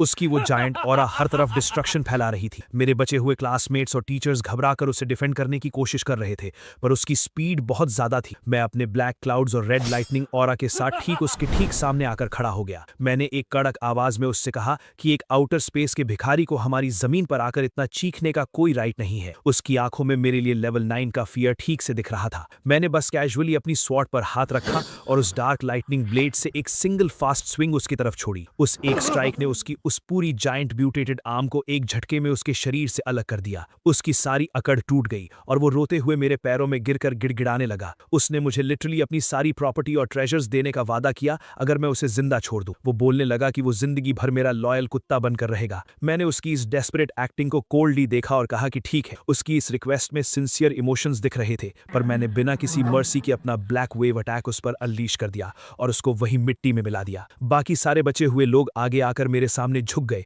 और मुझे एज अ सेवियर थैंक्स बोलने लगे और मेरा असली नाम जानने की डिमांड करने लगे। मैंने इजीली कह दिया कि उन्हें मेरे नाम या पहचान जानने की कोई जरूरत नहीं है। हम सब वहां से अपनी मेन एकेडमी की तरफ निकल गए। मैं जानता था कि इस वॉर का फर्स्ट फेज फाइनली खत्म हो गया है और अब सारे फैक्शंस के लीडर्स बैठकर ये डिसाइड करेंगे कि इन एलियन सपोर्टर्स का आखिरी क्लियरेंस कब और कैसे करना है। मैं वहां से दूर चू फंग को देख रहा था और उसको देखते ही मैं रिलैक्स हो गया, क्योंकि उसकी फेक रोने वाली हालत मेरी जीत का सबूत थी। मेरे एक टीममेट ने मेरे पास आकर हंसते हुए रिपोर्ट दी कि उन म्यूटेटेड नीहोंग एनिमीज का स्टैमिना लिटरली बहुत ज्यादा था और उनके एलियन पार्ट्स को डिस्ट्रॉय करने में बहुत एक्स्ट्रा एनर्जी लग गई थी। उसका मन था कि वो उन लोगों को जल्दी मारने की जगह पहले थोड़ा टॉर्चर करता। मैंने उसको कंप्लीटली अग्री करते हुए बोला कि वाकई हमने उन कचरे वालों को ईजिली मरने दिया।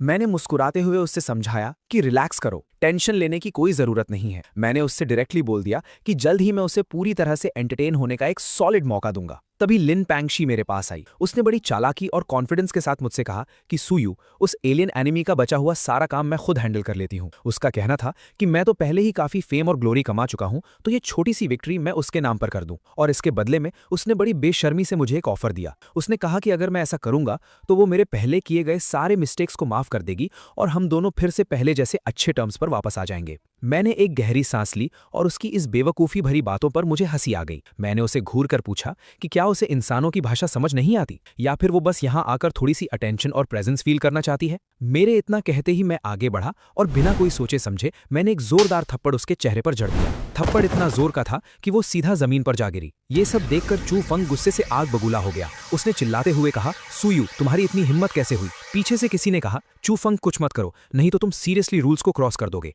रूल्स? चू फंग ने कहा, इस वक्त और इस जगह पर यह सब कुछ बस मार्शल आर्ट्स के बीच का एक छोटा सा स्पार है, इससे ज्यादा कुछ नहीं। चू फंग ने अपनी मुट्ठी कसी और स्पीड से आगे बढ़ा, गरजते हुए कहा, सुयू, आज मैं और मेरे फादर तुम्हें इसकी सही कीमत चुकाना सिखाएंगे। तभी मैंने अपना पावरफुल अटैक लॉन्च किया। मेरे एक ही पंच ने उसे हवा में बुरी तरह से उड़ा दिया। वो चाहे कितना भी एरोगेंट और कॉन्फिडेंट क्यों ना हो, मेरे इस रॉ अटैक के सामने उसकी कोई औकात नहीं थी। वो जमीन पर बुरी तरह क्रैश हुआ और उसके मुंह से खून निकलने लगा। मैं उसके पास चलकर गया और ब्रूटली अपना पैर उसके चेहरे पर रखकर उसे जमीन में दबा दिया। चू फंग दर्द से चिल्लाते हुए अग्रेसिवली कहा, सुयू, तुम्हारी इतनी हिम्मत कैसे हुई मुझे इस तरह ह्यूमिलिएशन देने की? मुझे छोड़ दो। तभी लिन पैंगशी रोते हुए दौड़कर मेरे पास आई। वो लगातार प्लीज कहने लगी और मुझसे पूछने लगी कि मैं चू फंग की डिग्निटी को इस तरह अपने पैरों तले क्यों क्रश कर रहा हूं। उसने रोते हुए कहा कि क्या उसका मुझसे माफी मांगने काफी नहीं है। मैंने एक एक्सट्रीम कोल्ड लुक के साथ उसकी तरफ देखा और पूछा, तुम्हारी औकात ही क्या है और तुम्हारा लेवल क्या है कि तुम यहां आकर डायरेक्टली मुझसे सवाल कर सको? मैंने एक शार्प एनर्जी वेव से उसे झटके से पीछे फेंक दिया। वो जमीन पर गिरते हुए और जोर से रोना और चिल्लाना शुरू कर दिया।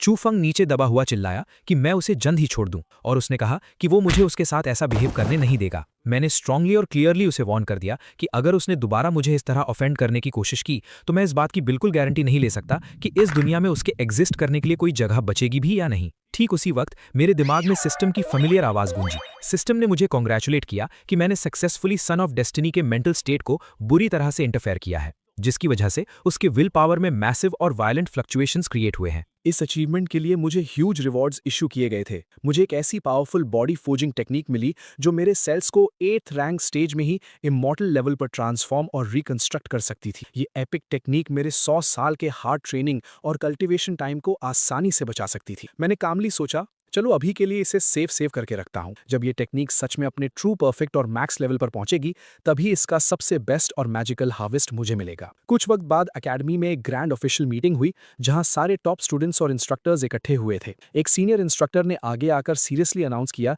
कि फ्रंट लाइन की बैटल सिचुएशन अचानक से काफी बिगड़ गई है, इसीलिए उन्हें बहुत सॉरी फील हो रहा है कि ये martial arts exchange tournament smoothly खत्म नहीं हो पाएगा। ओवरऑल स्ट्रेटेजिक कॉम्बैट प्लानिंग को ध्यान में रखते हुए इस साल के टूर्नामेंट को वक्त से पहले ही स्टॉप किया जा रहा था। उसके बाद जनरल यांग सबके सामने मेरी ओपनली तारीफ करते हुए बोले कि सू फैमिली के स्टूडेंट्स सच में इनक्रेडिबल और टॉप टियर होते हैं। मैंने बड़ी ही पोलाइटनेस के साथ कहा कि जनरल यांग, आप कुछ ज्यादा ही तारीफ कर रहे हैं। मैंने उनसे कहा कि मैं बस अपनी सू फैमिली की ग्लोरी और उनके ऑनर को मेंटेन कर रहा था। मेरा फर्ज है कि मैं अपनी पोजीशन और अपने नाम की रिस्पेक्ट रखूं। अगर मैं यहाँ वीक दिखता और मेरी वजह से मेरी सू फैमिली की रेपुटेशन खराब होती तो ये मेरे लिए सबसे बड़ा क्राइम होता। जनरल यांग मेरी इस बात से बहुत इंप्रेस हुए। उन्होंने तुरंत डिसीजन लिया और मुझे 9th सिटी की तरफ से जीते गए सारे रिवॉर्ड्स का सोल इंचार्ज बना दिया। उन्होंने मुझे पूरी अथॉरिटी दे दी कि मैं इन रिवॉर्ड्स को अपने हिसाब से सबके बीच डिस्ट्रीब्यूट करूं। मैंने तुरंत सारे वैल्यूएबल रिसोर्सेज और वेपन्स निकाले और वहां खड़े सभी लोगों को उनका फेयर शेयर दे दिया। मैंने उन्हें साफ शब्दों में कहा कि अब कोई ये नहीं कह सकता कि मैंने उनके साथ इनजस्टिस किया है। मैंने उन सबको मोटिवेट करते हुए कहा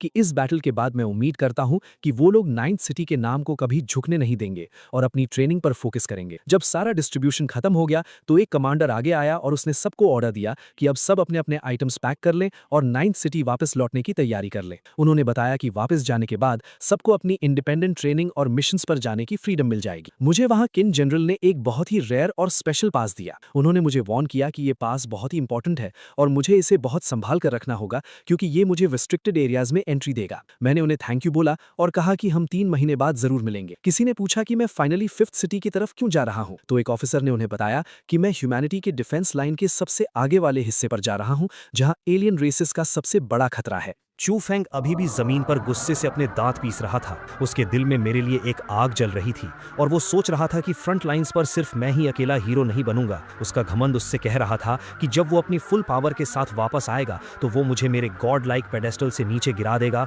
और मुझे घुटनों पर ला देगा। मैं जल्दी ही ट्रैवल करके 5th सिटी के मेन मिलिट्री कैंप में पहुंचा। वहां गार्ड्स ने मुझे रिस्पेक्ट के साथ ग्रीट किया और अंदर जाने का रास्ता दिखाया। जब मैं कमांडर टेंट के अंदर घुसा तो मेरे सामने का सीन देखकर मेरा दिल एकदम से भारी हो गया। वहां चेयर पर मेरे फादर जनरल सू लॉन्ग बैठे थे और उनकी कंडीशन बहुत ही खराब लग रही थी। उनका एक हाथ बुरी तरह से इंजर्ड था और उसमें से खून निकल रहा था। उनकी मेंटल स्पिरिट भी बहुत ज्यादा वीक हो चुकी थी, जैसे उन्होंने किसी बहुत ही डेंजरस एनिमी का सामना किया हो। मैंने तुरंत परेशान होकर उनसे पूछा कि आखिर उनकी ऐसी हालत किसने की है और किस ईविल एंटिटी ने उन पर इतना डेडली अटैक किया है। मेरे फादर ने मुझे रिलैक्स करने का इशारा किया और बड़ी ही शांति से कहा कि ये बस बैटलफील्ड की एक छोटी सी प्राइस है जो उन्हें चुकानी पड़ी है। उन्होंने कहा कि थोड़े हाई टीयर रिसोर्सेज यूज करके वो अपने इस डैमेज को ठीक कर लेंगे। बिना टाइम वेस्ट किए मैंने अपनी सिस्टम स्टोरेज से एक ग्लोइंग हरी क्विंगलिंग पिल निकाली। ये कोई आम पिल नहीं थी, ये प्योर लाइफ एनर्जी से भरी हुई थी जो सीधा हेवन और अर्थ के ओरिजिन सोर्स से कनेक्ट कर सकती थी। मैंने वो पिल अपने फादर को दी और जैसे ही उन्होंने उसे अपनी बॉडी पर लगाया,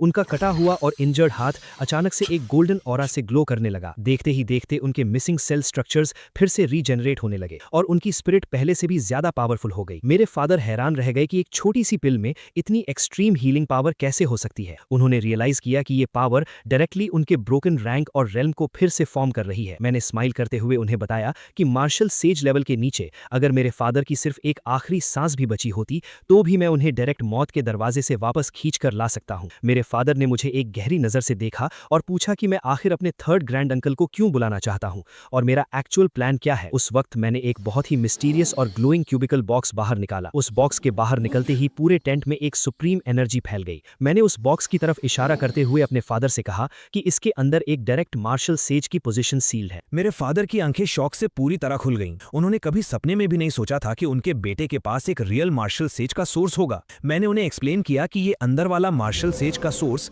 स्पेसिफिकली 3rd ग्रैंड अंकल के लिए है ताकि वो फाइनली उस सुप्रीम रैंक को अचीव कर सकें। मैंने उन्हें ग्लोइंग गोल्डन बुक दी। मैंने बड़ी सीरियस टोन में उनसे कहा कि जहां तक उनकी बात है उन्हें अब सिर्फ एक मार्शल सेज नहीं बनना है। उनकी डेस्टिनी अब ह्यूमन एम्परर बनने की है और वो पूरी ह्यूमैनिटी को लीड करेंगे। मेरे फादर मेरे इस एम्बिशन और पागलपन को देखकर स्टन रह गए थे। वो खुद से सोच रहे थे कि उनका ये बेटा आखिर किस लेवल का गॉड लाइक प्लान बना रहा है। उन्होंने उस ग्लोइंग गोल्डन बुक को देखा और पूछा कि ये आखिर कौन सी डिवाइन टेक्निक है। मैंने उन्हें बताया कि ये ह्यूमन एम्परर मैनुअल है और ये किसी भी top tier heaven level technique से कई हजार गुना ज्यादा स्ट्रांग है। ये एक एक्चुअल स्टार लेवल टेक्निक थी। मेरे फादर इमोशनल हो गए और उन्होंने कहा कि ये टेक्निक मुझे खुद के लिए रखनी चाहिए क्योंकि मेरी उम्र अभी कम है और मेरा टैलेंट इस टेक्निक को डिजर्व करता है। उनका कहना था कि उनकी उम्र अब ढल चुकी है और मैं उनसे बेटर कैंडिडेट हूं। उन्होंने ये प्रपोज किया कि अब से पूरी सू फैमिली अपने सारे रिसोर्सेज लगाकर मुझे एक सुप्रीम ह्यूमन एम्परर बनने के लिए ट्रेन करेगी। मैंने मुस्कुराकर उन्हें बुक वापस दी और कहा कि वो इसे खुद प्रैक्टिस करें क्योंकि मेरे पास ऑलरेडी इससे भी अच्छे और पावरफुल ऑप्शंस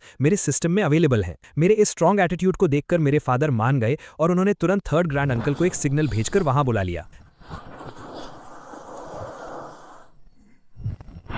जब थर्ड अंकल आते हैं तो वो फादर से सब हाल पूछते हैं। मैं थर्ड अंकल के पास जाके उन्हें बताता हूं कि मैंने उनके लिए और फादर के लिए एक छोटा सा सरप्राइज लाया था। उन्होंने फिर उस सेंट रैंक सील को देखा और वो बेहद खुश थे कि मैं उन्हें ये दे रहा था। फिर वो पूछते हैं कि मेरा लेवल अचानक 6 से 9 तक कैसे पहुंच गया, जिस पर मैं जवाब देता हूं कि एक पुराने सेंट की वजह से, लेकिन उस वक्त का कल्टीवेशन सिर्फ थोड़े टाइम तक चलेगा। उसके बाद एक जनरल दौड़ा हुआ आया और बताया कि फ्रंट लाइन पे अटैक हो गया है। दुश्मनों में 10 लेवल 9 रैंक्स और कुछ और पावरफुल फाइटर्स थे। ये सुनकर मेरे फादर का चेहरा सीरियस हो गया। उन्होंने तुरंत अपने कमांडर मोड में आते हुए ऑर्डर दिया कि जिन लोगों को चोट नहीं आई है उन्हें तुरंत ब्लड रीस्टोरिंग पिल्स दी जाएं और वो डायरेक्ट बैटलफील्ड की तरफ बढ़ें। उन्होंने फोर्थ सिटी से एक्स्ट्रा बैकअप मंगवाने का भी ऑर्डर दिया। मेरे फादर और थर्ड ग्रैंड अंकल ने मुझे टेंट में रुकने को कहा। उन्होंने डिसाइड किया कि पहले वो इन एलियंस का सफाया करेंगे और उसके बाद ही अपना ब्रेक थ्रू स्टार्ट करेंगे। मेरे फादर बाहर जाने लगे तभी मैंने उन्हें रोककर अपने हाथों में से 2 किताबें निकाली। मैंने उन्हें वॉइड ब्लीड टेक्निक की बुक दी जो कि एक स्टार लेवल मार्शल आर्ट थी। मैंने उन्हें समझाया कि हालांकि इसको सीखना थोड़ा मुश्किल है पर मार्शल सेज बनने के बाद उन्हें बिल्कुल ऐसी ही एडवांस टेक्निक की जरूरत पड़ेगी। थर्ड ग्रैंड अंकल थोड़ा परेशान थे क्योंकि दुश्मनों की गिनती 10 लेवल 9 एलियंस की थी और उन्हें डर था कि ये थोड़ा रिस्की हो सकता है। पर मैंने अपने फादर की तरफ देखकर फुल कॉन्फिडेंस से कहा कि अगर वो सच में इस दुनिया के ह्यूमन एम्परर बनना चाहते हैं तो मैं अपनी पावर से उन्हें इतना डिवाइन बिलीफ और एलियन फेथ प्रोवाइड करूंगा कि वो बिना किसी प्रॉब्लम के सीधा सेज रैंक को क्रॉस कर जाएंगे। ये सुनकर मेरे फादर के अंदर का वॉरियर जाग उठा और वो अपनी सोर्ड के साथ टेंट से बाहर निकल पड़े। बाहर का नजारा सच में किसी नर्क से कम नहीं था। हर तरफ आग लगी हुई थी और आसमान धुएं से काला हो चुका था। हमारे ह्यूमन सोल्जर्स उन डिस्गस्टिंग एलियन से भिड़ रहे थे जो रात के अंधेरे का फायदा उठाकर स्टेल्थ अटैक करने आए थे। सामने से कुछ एक्सट्रीमली मस्कुलर और जायंट रेड स्किन वाले एलियन मॉन्स्टर्स आगे आए। उन्होंने एरोगेंट आवाज में चिल्लाते हुए कहा कि आज रात वो ह्यूमन रेस की इस 5th सिटी को मिट्टी में मिला देंगे और इस पर उनका ही राज होगा। उनका लीडर जोर जोर से हंस रहा था और ह्यूमन फोर्सेस को मॉक कर रहा था कि हमारी सिटी का कमांडर ऑलरेडी उनके एलियन सेज गॉड के हाथों अपना एक हाथ गंवा चुका है और अब हमारे पास कोई भी पावरफुल डिफेंडर नहीं बचा है। उसने चैलेंज किया कि आज सारे इंसान मारे जाएंगे। तभी मेरे फादर सूलोंग किसी देवता की तरह आसमान से प्रकट हुए। उनकी बॉडी एक ग्लोइंग ऑरा से कवर थी और उनका जो हाथ एलियन ने काटा था वो कंप्लीटली फाइन था और उसमें एक इंटेंस फायर एनर्जी दौड़ रही थी। उन एलियन लीडर्स की आंखें उन्हें देखकर बाहर आ गई। उन्हें समझ नहीं आ रहा था कि ये इंसान ठीक कैसे हो गया। मेरे फादर ने बड़े ही ठंडे और खतरनाक ढंग से उन्हें देखा और कहा कि आओ आके मेरी सिटी लेने की कोशिश करो। उन्होंने सबसे स्ट्रॉन्ग एलियन की तरफ पॉइंट करके कहा कि इन सभी लेवल 9 एलियंस को वो अकेले हैंडल करेंगे और बाकी सोल्जर्स सिर्फ लेवल 8 वालों को देखेंगे। एक जनरल ने मेरे फादर को रोकने की कोशिश की क्योंकि उनकी इंजरी अभी थोड़ी देर पहले ही हील हुई थी, पर मेरे फादर ने फुल कॉन्फिडेंस में उसे पीछे हटने को ऑर्डर दिया। वो रेड स्किन वाला एलियन कमांडर बहुत गुस्से में आ गया। उसने चिल्लाया कि आज वो मेरे फादर सूलोंग का सारा पुराना और नया हिसाब बराबर कर देगा और उनका खून पी जाएगा। उसने अपने सारे लेवल 9 कंपेनियंस को ऑर्डर दिया कि सब एक साथ मिलकर मेरे फादर पर अटैक करें ताकि हमारी ह्यूमन रेस कंप्लीटली हेल्पलेस हो जाए। उन्होंने मिलकर एक massive dark energy blast release किया, पर मेरे फादर अब पहले वाले सूलोंग नहीं थे। उन्होंने बस अपनी सोर्ड को मजबूती से पकड़ा और अपनी नई star level technique void blade second form savouring the Galaxy को एक्टिवेट किया। एक ही फ्लैश में एक मैसिव व्हाइट और गोल्डन एनर्जी स्लैश आसमान को चीरता हुआ आगे बढ़ा। उस स्लैश के अंदर इतनी डिस्ट्रक्टिव ताकत थी कि उसने हवा में एक वैक्यूम क्रिएट कर दिया और एक ही सेकंड में उस रेड एलियन लीडर समेत बाकी लेवल 9 एलियंस को उनके वेपन्स के साथ 2 टुकड़ों में काट के रख दिया। उनकी बॉडीज ब्लास्ट हो गई और खून की बारिश होने लगी। वो dark energy attack completely shatter हो गया। वो एलियन लीडर जमीन पर गिरा और मरने से पहले हैरानी से चिल्ला रहा था कि ये इम्पॉसिबल है। एक नॉर्मल इंसान इतना पावरफुल और डोमिनेंट कैसे हो सकता है जब तक कि वो एक एक्चुअल सेज गॉड न बन गया हो। मेरे फादर उसके पास चले गए और बड़े काम टोन में उसके मुंह पर थूकते हुए बोले कि हालांकि वो अभी तक मार्शल सेज नहीं बने हैं, पर उन जैसी वीक मुर्गियों और कीड़े मकोड़ों को क्रश करने के लिए उन्हें कोई एक्स्ट्रा ऑर्डिनरी पावर की जरूरत नहीं है। वो एलियन अभी भी एरोगेंट था और बोल रहा था कि 2 दिन के अंदर उनकी एलियन रेस के 2 नए सेज गॉड्स यहां आएंगे और सारी ह्यूमन रेस को जिंदा जला देंगे। मेरे फादर ने उसके बाकी बचे सिर को काटते हुए कहा कि उन्हें पहले नरक में जाकर वेट करना चाहिए, क्योंकि बहुत जल्द उनके वो सेज गॉड्स भी वहीं आने वाले हैं। आसपास खड़े ह्यूमन सोल्जर्स इस God like display of power को देखकर पागल हो गए थे। वो जोर जोर से चिल्लाने लगे कि उनके सिटी लॉर्ड सच में इनविंसिबल हैं और उनकी पावर डायरेक्टली हेवेंस को छू रही है। सोल्जर्स कंटिन्यूसली चेंगजू वान सुई, चेंगजू वुडी का नारा लगाने लगे। तभी मेरे फादर के आसपास का एनवायरनमेंट कंप्लीटली बदल गया। एक प्योर और सेक्रेड ऑरिजिन लाइट आसमान से नीचे आई और उनकी बॉडी के आसपास एक मैसिव गोल्डन फैंटम ड्रैगन घूमने लगा। ये वो प्योर ह्यूमन एम्परर की ऑराज थीं और मार्शल आर्ट्स का एक्सट्रीम लेवल था। मैं दूर से ये सब देख रहा था और मेरे फेस पर एक सैटिस्फाइड मुस्कान आ गई। मुझे फाइनली पता चल गया था कि मेरे फादर ने सक्सेसफुली मार्शल सेज के रेल्म में एंटर कर लिया है। मेरे फादर ने आसमान में उड़ते हुए एक डोमिनेंट आवाज में सारे सोल्जर्स को ऑर्डर दिया कि अब टाइम आ गया है फ्रंट लाइंस को एडवांस करने का। उन्होंने ऑर्डर दिया कि आसपास के 3000 मील का सारा एरिया अब ह्यूमैनिटी की टेरिटरी है और उन्होंने सबको अटैक करने का कमांड दे दिया। रात भर उस बैटलफील्ड पर सिर्फ एलियंस की लाशें बिछी थी। जब दिन निकला तो एक सोल्जर ने मेरे फादर को आकर मिलिट्री रिपोर्ट दी कि उन्होंने सभी टारगेट्स को क्लियरली वाइप आउट कर दिया है और एलियंस के मैसिव वेपन्स और रिसोर्सेज कैप्चर कर लिए। उन्होंने कई रेयर मिनरल माइंस पर भी कब्जा कर लिया था। मेरे फादर ने तुरंत ऑर्डर्स पास किए कि बाकी सिटीज और टॉप फैमिलीज को बुलाकर इन मिनरल स्पॉट्स को उनके साथ बांट लिया जाए और जो छोटे मोटे रिसोर्सेज कैप्चर हुए थे वो 5th सिटी के उन सभी ब्रेव सोल्जर्स में डिस्ट्रीब्यूट करने को कहा जिसने बैटल में अपनी जान की बाजी लगाई थी। सारे सोल्जर्स खुशी और रिस्पेक्ट से उन्हें देख रहे थे, जबकि दूसरी तरफ मैं इस एनवायरनमेंट से थोड़ा दूर एक आइसोलेटेड जंगल एरिया में अकेला था। मेरा माइंड अलग ही कैलकुलेशन कर रहा था। मुझे एहसास हो गया था कि अगर मुझे हेवन डिफाइंग बैटल्स लड़नी है और अपने आप को टॉप पर मेंटेन रखना है तो मुझे फोर्सफुली अपने डेस्टिनी विलन सिस्टम में से और विलन पॉइंट्स कमाने होंगे और खुद को कंटिन्यूसली अपग्रेड करना होगा, वरना फ्यूचर के हाईएस्ट टीयर डेथ मैचेस में मेरी एग्जिस्टिंग पावर जल्द ही फेल हो जाएगी। मैं खुद पर थोड़ा हंस रहा था कि मैंने आज कितना बड़ा गैम्बल खेला है। मैंने अपनी मुट्ठी कसकर एक डिवॉनिक एनर्जी का ऑर्ब अपने हाथों में महसूस किया। मैंने अपने सिस्टम स्टोर को ओपन किया और वहां से एक ही हुआ जी जाई तियान मोजिंग नाम का एक स्पेशल लिमिटेड टाइम सेल वाली सुप्रीम आइटम परचेज की। वो एक ब्लैक डेमोनिक बुक मेरी इन्वेंट्री से मेरी बॉडी में आ गई और मेरी स्किन के ऊपर से पर्पल लाइटनिंग्स निकलने लगी। मेरी आंखों के अंदर उस सिस्टम की वजह से एक खून जैसी लाल ग्लो आ गई। एक मैसिव डार्क घोस्ट फैंटम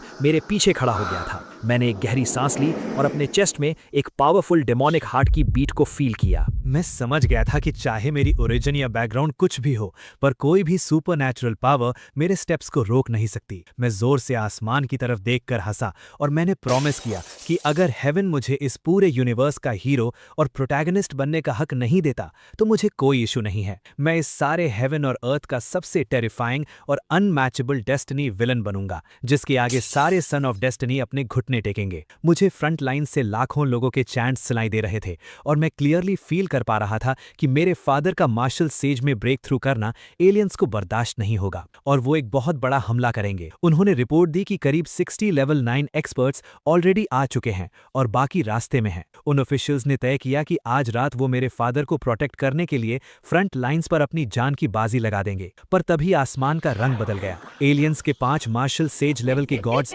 एक साथ आसमान फाड़कर आ गए। वो मेरे फादर के ब्रेक थ्रू को रोकने आए थे। उन एलियन गॉड्स ने धमकी दी कि अगर इंसानों ने मेरे फादर को उनके हवाले नहीं किया तो वो आज पूरी ह्यूमन रेस को जड़ से मिटा देंगे। ये सब जब हो रहा था, मेरा अपना लेवल 8 का ब्रेक थ्रू भी कंप्लीट हो गया था। मैंने सोचा कि अब वक्त आ गया है बाहर निकलने का। मेरी सू फैमिली जल्द ही 3 मार्शल सेजेस वाली फैमिली बनने वाली थी। मैंने अपने शैडो स्टेप्स यूज किए और सीधा 5th सिटी के मेन गेट के बाहर वाले जंगल टेरिटरी में आ गया। वहां मैंने देखा कि कुछ ह्यूमन सोल्जर्स बुरी तरह फंस गए थे और दर्जनों red skin giant level 8 aliens उन्हें मारने वाले थे। मैं सीधा उन एलियंस के बीच में एंटर हो गया। मैंने अपने सैनिकों से कहा कि वो पीछे हट जाएं क्योंकि ये एरिया बहुत डेंजरस है। मैं अभी एलियन गॉड्स के साथ तो नहीं लड़ सकता था, पर इन लेवल 8 एलियंस को तो मैं स्नैक की तरह खा सकता था। मैंने अपनी वॉइड एनर्जी को स्वॉर्ड में इन्फ्यूज किया और उन घमंडी एलियंस पर टूट पड़ा। एक ही स्ट्राइक और सीधा खेल खत्म। मेरा ब्लैक ब्लेड उनके सीने को फाड़ता हुआ बाहर निकल आया। बाकी एलियन मॉन्स्टर्स को समझ ही नहीं आया कि ये क्या हुआ।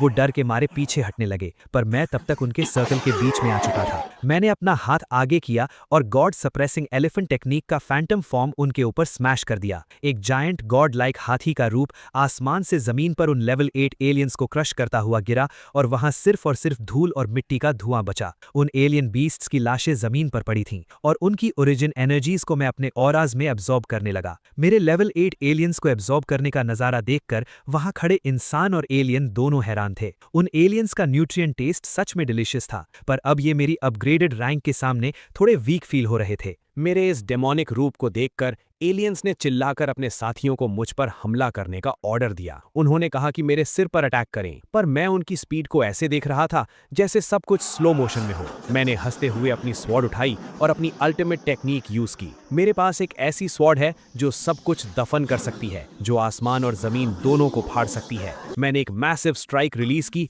जिसने उस पूरे एरिया को एक डेथ डोमेन में बदल दिया। एलियंस चीखते हुए मरने लगे। ह्यूमन सोल्जर्स इस गॉड लाइक डिस्प्ले को देखकर जोर जोर से सू शाओ जू वू डी चिल्लाने लगे। उनका जोश आसमान छू रहा था और उन्होंने मेरे पीछे पीछे आकर बचे हुए एलियंस को काटना शुरू कर दिया। तभी वहां छुपकर एक एलियन प्रिंस मेरी तरफ डर के मारे देख रहा था। उसने जब अपना रास्ता क्लियर नहीं पाया तो वो मेरे सामने भीख मांगने लगा। उसकी आंखों में डर और पैनिक भरा था। उसने रोते हुए चिल्लाया कि उसकी जान बख्श दूं क्योंकि उसके फादर एक एक्सट्रीम लेवल के सेज गॉड हैं और अगर मैंने उसे मारा तो उसके फादर पूरी ह्यूमन रेस को डिस्ट्रॉय कर देंगे। उसका ये बकवास कॉन्फिडेंस देखकर मेरी हंसी छूट गई। मैंने उसके मुंह पर एक जोरदार लात मारी और उसे ग्राउंड में प्रेस कर दिया। मैंने हंसते हुए और एरोगेंट टोन में उससे कहा कि तुम क्या सोचते हो कि सिर्फ तुम्हारी एलियन रेस के पास ही सेज लेवल एक्सपर्ट्स हैं। मैंने उसकी आंखों में देखा और बड़ी कोल्डली उसे कंप्लीटली एक्सटिंग्विश होने का ऑर्डर दिया। उसने रोने की पूरी कोशिश की, पर मैंने अपनी स्वॉर्ड का एक स्विफ्ट हॉरिजॉन्टल स्विंग किया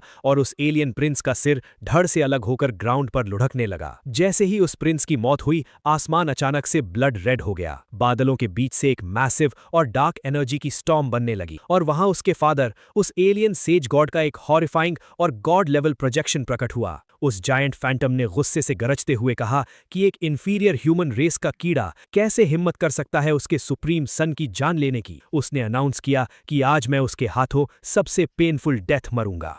बकवास कम करो। मैंने उस दुश्मन की तरफ घूर कर देखा। क्योंकि तुम लेवल 9 के हो तो अपनी पूरी ताकत से हमला करो। मुझे लगा था वो कुछ नया करेगा, पर उसने फिर वही पुराना पैतड़ा अपनाया। उसने मुझे हल्के में लेने की कोशिश की और चिल्लाया कि मैं अपनी औकात देखूं। ठीक है, मैंने स्मार्क किया। अचानक उसे एक झटका लगा। उसका सिस्टम हिल गया होगा। उसने हैरानी से सोचा होगा कि ये कैसे हो सकता है। क्या मैं फिर से लेवल अप करने वाला हूँ? मैंने खुद से सवाल किया। इस बार ऑरा सच में कुछ अलग ही महसूस हो रही थी। वो जोर से हंसा। उसकी हंसी में एक एरोगेंट घमंड था। उसने मुझे मगरूर कहा और बोला कि अब देखते हैं मैं कैसे टिक पाता हूँ। उसका मानना था कि जैसे ही हेवनली ट्रिब्यूलेशन की लाइटनिंग गिरेगी, मेरा किस्सा खत्म हो जाएगा। मैंने फोकस किया। मेरी आत्मा के आर पार होती हुई एक डीप मेडिटेशन स्टार्ट हो गई थी और जैसे ही ये कंप्लीट होगा, हेवनली ट्रिब्यूलेशन मेरी कामयाबी की आखिरी सीढ़ी बन जाएगी। लेकिन वो इतनी आसानी से हार मानने वाला नहीं था। उसने खुद से वादा किया कि ह्यूमन रेस में कोई दूसरा डेमीगॉड पैदा नहीं होना चाहिए। उसकी आंखें गुस्से से लाल थी और उसने तय कर लिया था कि आज मेरा अंत यहीं होगा। सबने पीछे से चिल्लाया कि उसे रोको, चाहे सिर्फ 1 सेकंड के लिए ही क्यों ना हो। खेल खत्म करो, वो चिल्लाए। तभी मुझे किसी और की आवाज आई, बच्चे जल्दी भागो, हेवनली ट्रिब्यूलेशन की चिंता मत करो, जल्दी यहाँ आओ, तुम्हारे अंकल तुम्हारे लिए इसे झेल लेंगे। मेरे 5th अंकल आगे आए। अचानक मेरे पिता सामने आए। मेरे बेटे सुयू के हेवनली ट्रिब्यूलेशन के बीच में हमला करने की हिम्मत कैसे हुई और मेरे 5th अंकल के खिलाफ दुश्मनी दिखाने की? फादर ने उसे पकड़कर पूछा कि वो अपना अंत कैसे चाहते हैं। उसके होश उड़ गए। उसकी आंखों में डर साफ दिख रहा था। वो बड़बड़ाने लगा कि होली गॉड रेल्म नामुमकिन है। पिता ने उसे गर्दन से पकड़ा। तुम्हारी हिम्मत तो देखो, एक लेवल 9 होकर भी तुम यहाँ आकर बैटलफील्ड मैटर्स में दखल देने आए हो। तुम्हें क्या लगता है तुम तीनों जीत जाओगे? होली गॉड, मुझे माफ कर दो, मेरी जान बख्श दो। वो गिड़गिड़ाने लगा, लेकिन मेरे पिता ने उसे जान से मार दिया। पिताजी ने 5th अंकल की तरफ देखकर सॉरी कहा क्योंकि वो अपने ओरिजिन पाथ को स्टेबलाइज करने में बिजी थे और टाइम पर नहीं आ सके थे। 5th अंकल की खुशी का ठिकाना नहीं था। उन्होंने गर्व से कहा कि आखिरकार तुम एक मार्शल सेज बन गए और अब हमारी सू फैमिली में 2 मार्शल सेज हैं। पिताजी ने उन्हें आराम करने को कहा और युद्ध का कमांड अपने हाथों में ले लिया। उन्होंने सभी सोल्जर से कहा कि उन्होंने बहुत सहा है और अब हम काउंटर अटैक शुरू करके अपनी चीजें वापस लेंगे। सभी ने नए मार्शल सेज को प्रणाम किया। एक वॉरियर ने पिताजी से पूछा कि बाकी के मार्शल सेज कहाँ हैं। उन्होंने बताया कि दुश्मन ने इस बार एक बड़ी आर्मी भेजी थी, जिसके चलते बाकी सिटीज के गार्ड्स और मार्शल सेज वहां ब्लॉक हो गए थे। यहां सिर्फ हेवन बैटलिंग मार्शल सेज और हेवन रूलिंग मार्शल सेज ही आ सके थे। पता चला कि इन एलियंस ने 5 मार्शल सेज को सिर्फ मुझे मारने के लिए भेजा था, क्योंकि उस दिन मैंने एक लेवल 9 वॉरियर के रूप में उनके 20 वीक लेवल 9 वॉरियर्स और कुछ ओरिजिन लेवल 9 वॉरियर्स को मार दिया था। उन्हें डर था कि अगर मैं मार्शल सेज बन गया तो उनका क्या होगा। वो सब शॉक में थे कि इस लड़के का मास्टर आखिर है कौन, जिसने इसे इतने कम वक्त में ऐसी ताकत दे दी। मेरे पिताजी ने अपने मन में सोचा कि जब दुश्मन ने मुझे इतनी बड़ी पोजीशन पर रख ही दिया है तो मैं उन्हें निराश नहीं करूंगा। दुश्मन के 5 मार्शल सेज ने मजाक उड़ाया कि बस दोनों मिलकर उन्हें कैसे रोकेंगे, पर जब उन्होंने पिताजी को देखा तो वो दंग रह गए। उन्होंने पूछा कि उनका मार्शल सेज लाइटनिंग ट्रिब्यूलेशन कहाँ है, क्या उन्होंने अपना रास्ता बदल लिया है। उन्हें तुरंत समझ आ गया कि पिताजी ने ह्यूमन रेस का ओरिजिन पाथ यानी लेजेंडरी ह्यूमन एम्परर का रास्ता चुन लिया है, जिसके लिए किसी ट्रिब्यूलेशन की जरूरत नहीं थी। उन्होंने कहा कि अभी इन बातों का वक्त नहीं है और पहले उन्हें यहाँ का मामला निपटाना होगा। दुश्मन ने पिताजी पर हमला किया और मजाक उड़ाया कि नया मार्शल सेज होकर मौत को बुलावा दे रहे हैं, पर पिताजी ने जैसे ही अपना मून गेजिंग स्पीयर चलाया, उनके अंदर मौत का डर पैदा कर गया। घबराकर उसने अपने बाकी साथियों को बुलाया। तभी आसमान काली घटाओं और बिजलियों से भर गया।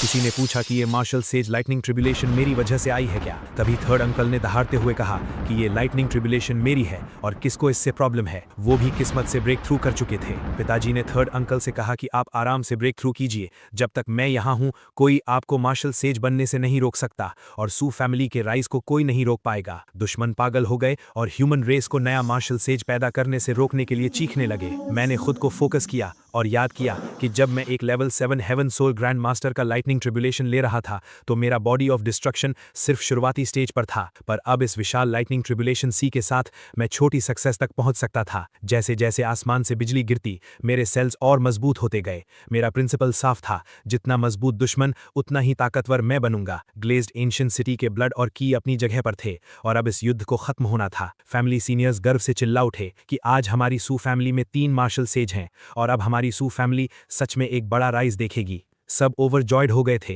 लेकिन बीच में थर्ड ग्रैंड अंकल डीमन से भिड़ रहे थे। दुश्मन का एक एलियन का असैसिनेशन फेल हो गया। वो सब घबरा गए और उन्होंने रिट्रीट करने का ऑर्डर दे दिया। जाते हुए उन्होंने धमकी दी कि जब उनका क्लैन लीडर आज़ाद होगा तो वो ह्यूमन रेस का आखिरी दिन होगा। पर मुझे पता था कि हमारी प्रोग्रेस को कोई नहीं रोक सकता और हमने उन्हें खदेड़कर वहां से भगा दिया। एक दिन और एक रात चली इस लड़ाई के पीछे करोड़ों आम लोग थे। अगर हम एक कदम भी पीछे हटते तो उनके परिवार मारे जाते, इसलिए सबने मरना कबूल किया पर पीछे नहीं हटे। सबने एक साथ चीखा, मार्शल सेंस अमर रहें, मार्शल सेंस की जय जयकार हो। दुश्मनों ने उसे अपनी एक गलती बताई और बोला कि 20 साल के अंदर ह्यूमन रेस खत्म हो जाएगी, पर तब तक सभी सोल्जर्स उन्हें भगा चुके थे और वो वॉर स्पॉइल्स छोड़ने पर मजबूर हो गए थे। पूरी सेना ड्रैगन कंट्री और मेरी जय जयकार कर रही थी। ये युद्ध हम जीत गए थे और इस 3000 माइल एरिया पर अब ड्रैगन कंट्री का राज था। मैंने देखा कि पिताजी ह्यूमन एम्परर के रूप में अपना मोमेंटम बना रहे हैं और सू फैमिली ठीक रास्ते पर है। तो अब मेरे खुद के स्टेज पर आने का टाइम आ गया था और मेरी अंदर की एम्बिशन एक नया रूप लेने वाली थी। मैंने सबको वापस बुलाया ताकि सू फैमिली की आगे की स्ट्रैटेजी और प्लान डिस्कस कर सकूं। मैंने टेबल पर किंगलिंग पिल रखी, जिसकी सुगंध से ही बॉडी की पुरानी बीमारियां ठीक होने लगती हैं। ये एक ऐसी पिल थी जो मार्शल सेज लेवल के नीचे डेथ बेड पर पड़े किसी भी इंसान को बचा सकती थी और फाउंडेशन ठीक कर सकती थी। मैंने थर्ड ग्रैंड अंकल से कहा कि ये पिल आपकी पुरानी सारे नुकसान ठीक कर देगी, क्योंकि सू फैमिली के 5 ड्रैगन्स में से किसी को भी पीछे नहीं छूटना चाहिए। उन्होंने इमोशन के साथ कहा कि 20 साल से उन्होंने मुझे एक बच्चे से एक महान आदमी बनते देखा है। मैंने उन्हें बताया कि अब पिताजी ह्यूमन एम्परर ओरिजिन पाथ पर हैं और हमें बहुत कुछ आगे बढ़ाना है। मैंने उन्हें वॉइड सेबर टेक्निक और डेथ बरियल सेबर टेक्निक की ओरिजिनल कॉपीज दी, जो स्टार लेवल वेपन्स थे और सू फैमिली की गॉड डिस्ट्रॉइंग सेबर टेक्निक की जगह ले सकते थे। मैंने सजेस्ट किया कि पिताजी पुरानी अर्थ लेवल और हेवन लेवल टेक्निक्स को ड्रैगन कंट्री के लोगों के लिए फ्री में पब्लिक कर दें, ताकि सब मार्शल आर्ट सीख सके और पिताजी को एक अच्छा नाम मिल सके। निहॉन और हैफी के गद्दारों के बारे में भी डिस्कशन हुआ, जिन्होंने एलियंस के साथ मिलकर धोखा दिया था। उन दोनों एरियाज को डिस्ट्रॉय करने का ऑर्डर पास हुआ और मैंने उन्होंने भी इस अटैक में ज्वाइन करने की इच्छा जताई ताकि मुझे और ट्रेनिंग का मौका मिल सके। मीटिंग के बाद मैं अपने सबॉर्डिनेट से मिलने गया, जिन्हें मैंने पहले एक इंस्ट्रक्टर के जरिए रिक्रूट किया था। मैंने उन्हें साफ बताया कि आज से वो सब मेरे सूयू के डायरेक्ट सबॉर्डिनेट्स हैं और अगर किसी को प्रॉब्लम है तो वो अभी जा सकता है। पर उन सब ने मेरे प्रति पूरी लॉयल्टी दिखाई और बोला कि वो आज जो भी हैं मेरी वजह से हैं। मैंने इस लॉयल्टी के बदले उन्हें सू फैमिली की heaven level direct lineage technique सिखाने का वादा किया। उसमें heaven level god destroying sabre technique और 3 और स्ट्रॉन्ग मार्शल आर्ट्स थे। मैंने उन्हें 20 मिलियन स्पिरिट स्टोन्स और ब्रेक थ्रू पिल्स दी और अगले 6 महीने तक वहां प्रैक्टिस करने का ऑर्डर दिया। जब वो लेवल 6 के मिडिल स्टेज तक पहुंचेंगे तब मैं उन्हें नई टेक्निक सिखाऊंगा। एक सबॉर्डिनेट ने जब कहा कि वो तुरंत टेक्निक बदलना चाहता है तो मैंने उसे मना किया और कहा कि पहले स्पिरिचुअल पावर डेवलप करे। मैंने उसे सोल सेवरिंग सूत्र दिया और कहा कि अपने की और ब्लड को अभी कंट्रोल में रखे और जब स्पिरिचुअल पावर लेवल 7 तक पहुंचे तब हेवन सोल ग्रैंड मास्टर का लेवल क्रॉस करे। उसने मेरे पीछे चलने की कसम खाई, पर मैंने उसे समझाया कि ये युद्ध सिर्फ ब्लू प्लैनेट तक ही रुकने वाला नहीं है। मैंने उसे 1 महीने बाद सिटी लॉर्ड मैंशन में मिलने का ऑर्डर दिया। तभी मुझे मेरे एक जासूस ने रिपोर्ट की कि जिंगवू एकेडमी की वाइस प्रिंसिपल हान श्वांग फर्स्ट सिटी वापस आ चुकी हैं। वो काफी इंजर्ड थीं और अब उसका रैंक सिर्फ लेवल 7 के पास था। उसने आते ही लोगों को हायर किया था ताकि इस न्यूज़ को फैलाया जा सके कि चू फंग उसके इंजरीज का कारण है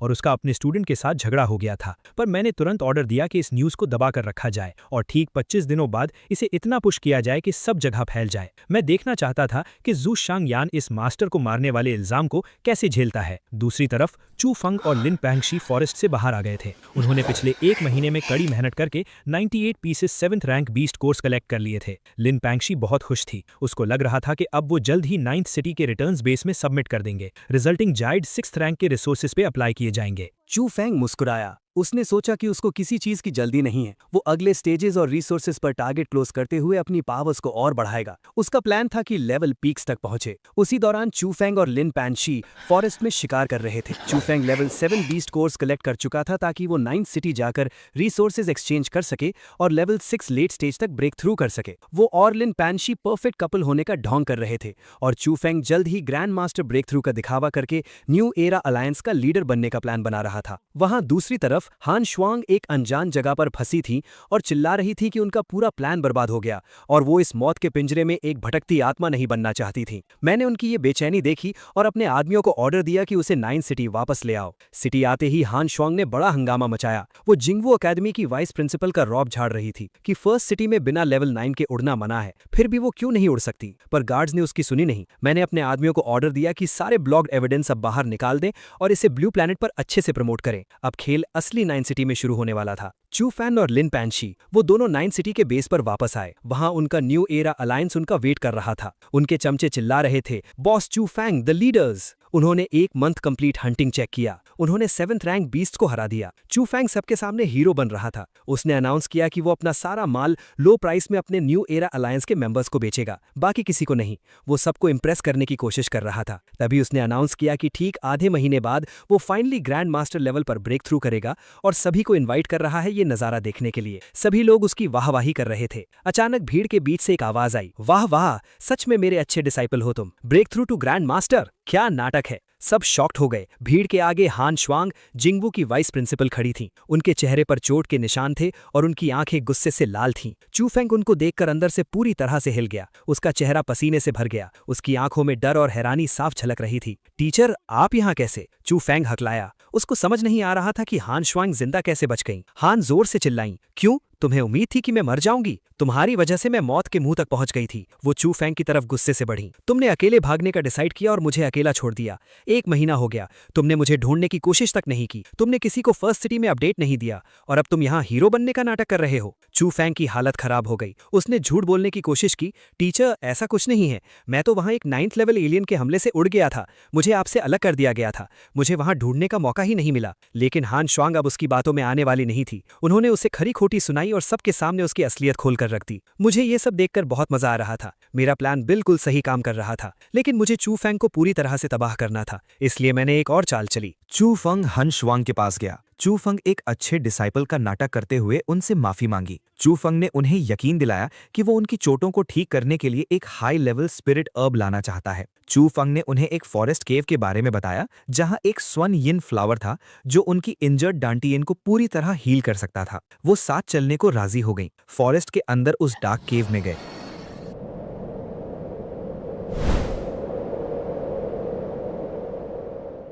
वहाँ एक जायंट 7th लेवल स्नेक उस फ्लावर को गार्ड कर रहा था। चू फंग ने अपनी स्वॉर्ड निकाली और स्टार लेवल स्वॉर्ड स्किल्स का यूज करके उस स्नेक पर अटैक किया। चू फंग ने स्नेक को उलझा के रखा और हन शुआंग को फ्लावर लेने का इशारा किया।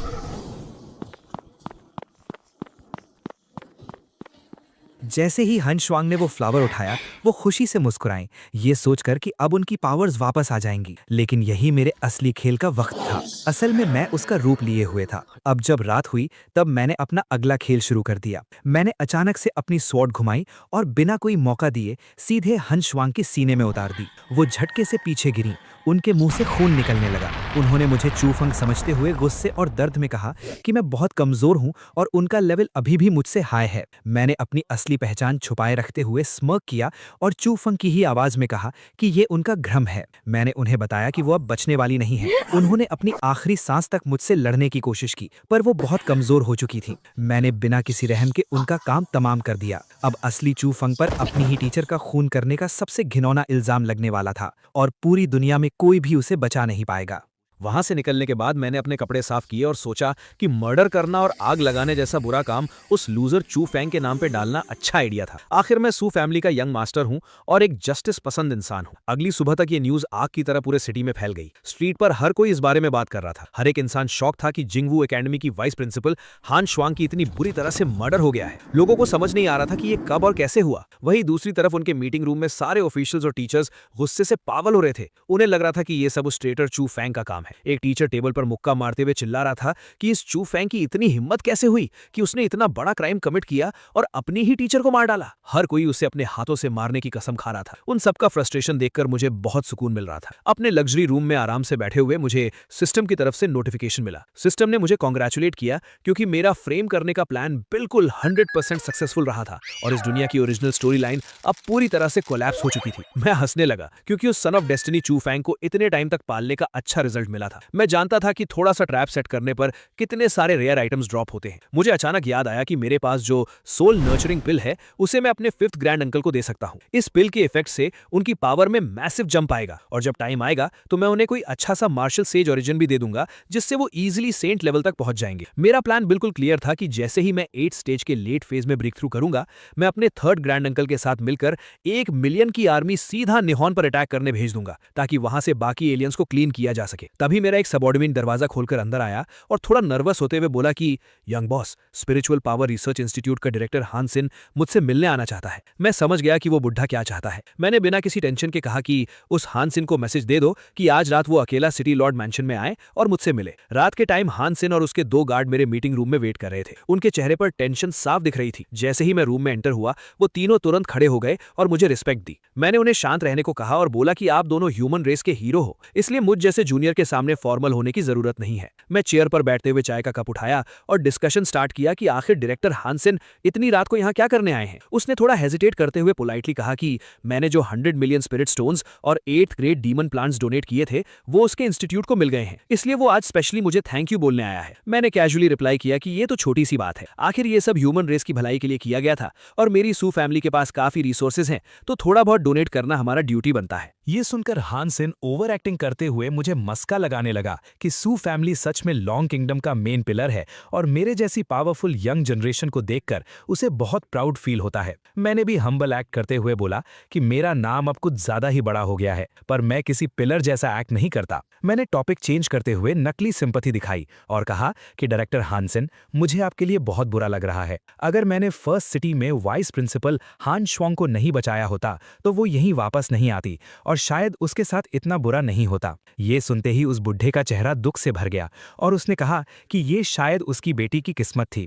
लेकिन अगले ही पल उसकी आंखों में गुस्सा आ गया और उसने कसम खाई कि जिस बीस्ट ने उसकी बेटी को मारा है उसे वो किसी भी हाल में नहीं छोड़ेगा। उसने मुझे दोबारा थैंक यू बोला क्योंकि मैंने चू फैंग को पकड़ने के लिए इतनी बड़ी बाउंटी लगाई थी। हान सिन ने प्रॉमिस किया कि अगर मैं चू फैंग को पकड़ लूं तो जब उसकी इंस्टीट्यूट का रिसर्च रिजल्ट बाहर आएगा तो वो सब कुछ बिना किसी शर्त के मुझे दे देगा। उसने रोते हुए कहा कि इस लाइफ में अब उसकी बस यही एक सिंगल विश बची है। मैंने अपना सेंट मोड ऑन रखा और कहा कि इस तरह के ट्रेटर के खिलाफ मैं भी अपना पूरा फोर्स यूज करूंगा। हान सिन के जाने के बाद मेरा एक और आदमी वहां आया और उसने थोड़ा गुस्से में मुझसे पूछा कि मैंने उसे फ्रंट लाइन की कमांड छोड़कर अचानक यहाँ वापस क्यों बुलाया है। मैंने उसे स्ट्रिक्ट आवाज में ऑर्डर दिया कि उसे 9th सिटी की पूरी कोऑर्डिनेशन संभालनी है और उस चू फेंग की हाइडिंग प्लेस को हर तरफ से ढूंढना है। इसके अलावा हमें आगे चलकर अर्थ पर वापस जाकर बाकी ट्रेटर्स को कंप्लीटली डिस्ट्रॉय करने का प्लान भी एग्जीक्यूट करना था। उसने मुझे 9th सिटी के एरे फॉर्मेशन कोर की इंस्पेक्शन के लिए चलने को कहा। वहां अकेले पहुंचकर उसने अपना गुस्सा निकाला और बोला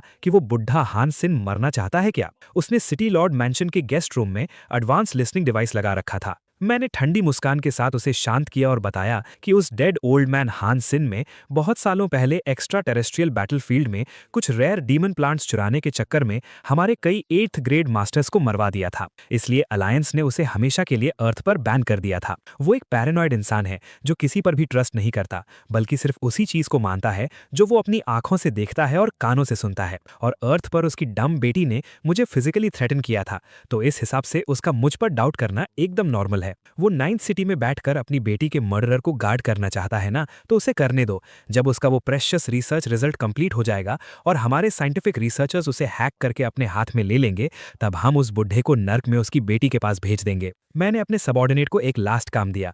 मैंने उसे कहा कि वो सू फैमिली के टॉप असैसिन्स को भेजे ताकि वो लोग चू फैंग को केयरफुली ट्रैक करें, पर उसे वॉर्न भी करें। मेरा प्लान उसे इजीली पकड़ने का नहीं था, क्योंकि अगर वो इतनी जल्दी पकड़ा गया तो मेरे स्लो टॉर्चर वाले गेम का सारा मजा खराब हो जाएगा। दूसरी तरफ एक डार्क रूम में लिन पैंक्सी जमीन पर बैठी रो रही थी। उसका बचा हुआ छोटा सा दिमाग काम नहीं कर रहा था। वो अपने आप से चिल्लाते हुए कह रही थी कि ये इम्पॉसिबल है और चू फंग ऐसा कैसे कर सकता है। उसे अपने अंदर ही लग रहा था कि ये सब एकदम फेक न्यूज है और इसके पीछे जरूर मेरा यानी सू यू का कोई ईविल मास्टर प्लान है। वो चिल्ला रही थी कि मैंने चू फंग को बुरी तरह से फ्रेम किया है। तभी अचानक उसके दरवाजे पर लाइटली नॉक हुआ। उसने घबराकर पूछा कि वहां बाहर कौन है। उसने जैसे ही दरवाजा खोला, वहां एक डार्क क्लोक पहने हुए लड़का खड़ा था। उसने अपना हुड हटाया और वो सैड बॉय चू फंग था। उसने रोते हुए कहा कि ये मैं हूं। लिन पैंक्सी उसे यहां देखकर कंप्लीटली शॉक हो गई। उसने गुस्से और डर में उसकी कॉलर पकड़ ली और चिल्लाई कि क्या तुम पागल हो गए हो जो सिटी में वापस आ गए? क्या तुम्हें नहीं पता कि पूरे एक्स्ट्रा टेरेस्ट्रियल बैटलफील्ड की आर्मी और सारे टॉप एक्सपर्ट्स तुम्हारी लाइफ के पीछे पड़े हैं? चू फंग ने रोती हुई आवाज में उसे हक किया और सॉरी बोला। उसने कहा कि उसे किसी ने बुरी तरह सेटअप किया है। उसने एक्सप्लेन किया कि उस रात जब टीचर उसे जंगल में डार्क एट्रीब्यूट फ्लावर ढूंढने ले गई थी, तो फ्लावर मिलने के तुरंत बाद वो अकेले वहां से निकल गया था ताकि वो बिना किसी डिस्टर्बेंस के टियानहुन ग्रैंड मास्टर लेवल में ब्रेक थ्रू कर सके। लिन पैंक्सी ने डाउट से पूछा कि अगर तुमने सच में ब्रेक थ्रू कर लिया है तो तुम यहाँ इस हेविली गार्डेड सिटी के अंदर कैसे आए? चूफंग ने उसे बताया कि अपने ब्रेक थ्रू के बाद उसे लक से एक 9th ग्रेड लेवल का सीक्रेट रूइन मिला था। वहां से उसे एक एंशिएंट बैज मिला जो किसी का भी फेशियल स्ट्रक्चर और अपीयरेंस कंप्लीटली चेंज कर सकता है। उसने अपना रोना कंटिन्यू रखा और कहा कि मैंने वैसा कोई मर्डर नहीं किया है और ये सब उस कमीने सू यू का किया धरा है जिसने सब कुछ मेरे सर पर डाल दिया है। लिन पैंक्सी उसे जोर से हक करके और ज्यादा रोने लगी और बोली कि उसे अपने दिल में पता था कि चूफंग इतना गिरा हुआ काम नहीं कर सकता। उसने कहा कि पिछले कुछ दिन उसके लिए नर्क जैसे थे। चूफंग ने उसके आंसू पोंछे और प्रॉमिस किया कि वो दुनिया के सामने खुद को और अपनी इनोसेंस को प्रूव करेगा। थोड़ी देर बाद लिन पैंक्सी को कुछ अजीब लगा और उसने पूछा कि तुमने इतनी बड़ी सिटी में मुझे इतनी परफेक्टली ढूंढ कैसे लिया? चूफंग ने कैजुअली और बिना कुछ सोचे समझे बताया कि टूर्नामेंट का सुपर रिवॉर्ड उसने जो उसे दिया था उसमें थोड़ी सी हिडन स्पिरिचुअल एनर्जी छोड़ दी थी ताकि वो उसे आसानी से और बिना किसी प्रॉब्लम के ट्रैक कर सके। ये सुनते ही लिन पैंक्सी का मूड एक सेकंड में चेंज हो गया। उसने गुस्से से उसे दूर धक्का दिया और उसकी आंखों में देखकर चिल्लाई कि उसने मुझ जैसे यानी उस बुरे सू यू की तरह ऐसी घटिया और डिस्गस्टिंग ट्रिक क्यों यूज की। उसे गुस्सा इस बात का था कि उस पर स्पाई करने के लिए ऐसी चीप और स्टॉकर जैसी हरकत चूफंग ने कैसे की। चूफंग भी पैनिक हो गया और अपने हाथ हिलाते हुए बोलने लगा कि क्या हो गया, उसका वो गंदा मतलब नहीं था। पर लिन पैंक्सी ने क्लियरली कहा कि उसका ये स्टॉकिंग बिहेवियर मुझे बिल्कुल सू यू की वाइब्स दे रहा है। चू फैंग ने हाथ उठाकर हेवन की कसम खाई कि उसका कोई गलत इंटेंशन नहीं था और उसने बस प्रोटेक्शन के लिए ऐसा किया था। लिन पैंक्सी किसी तरह शांत हुई और उसने डिफीट एक्सेप्ट करते हुए पूछा कि अब उनका नेक्स्ट प्लान क्या है। आखिर उनके पास खुद को इनोसेंट प्रूव करने के लिए एक भी सॉलिड प्रूफ नहीं है और यहाँ तक कि टीचर के फादर भी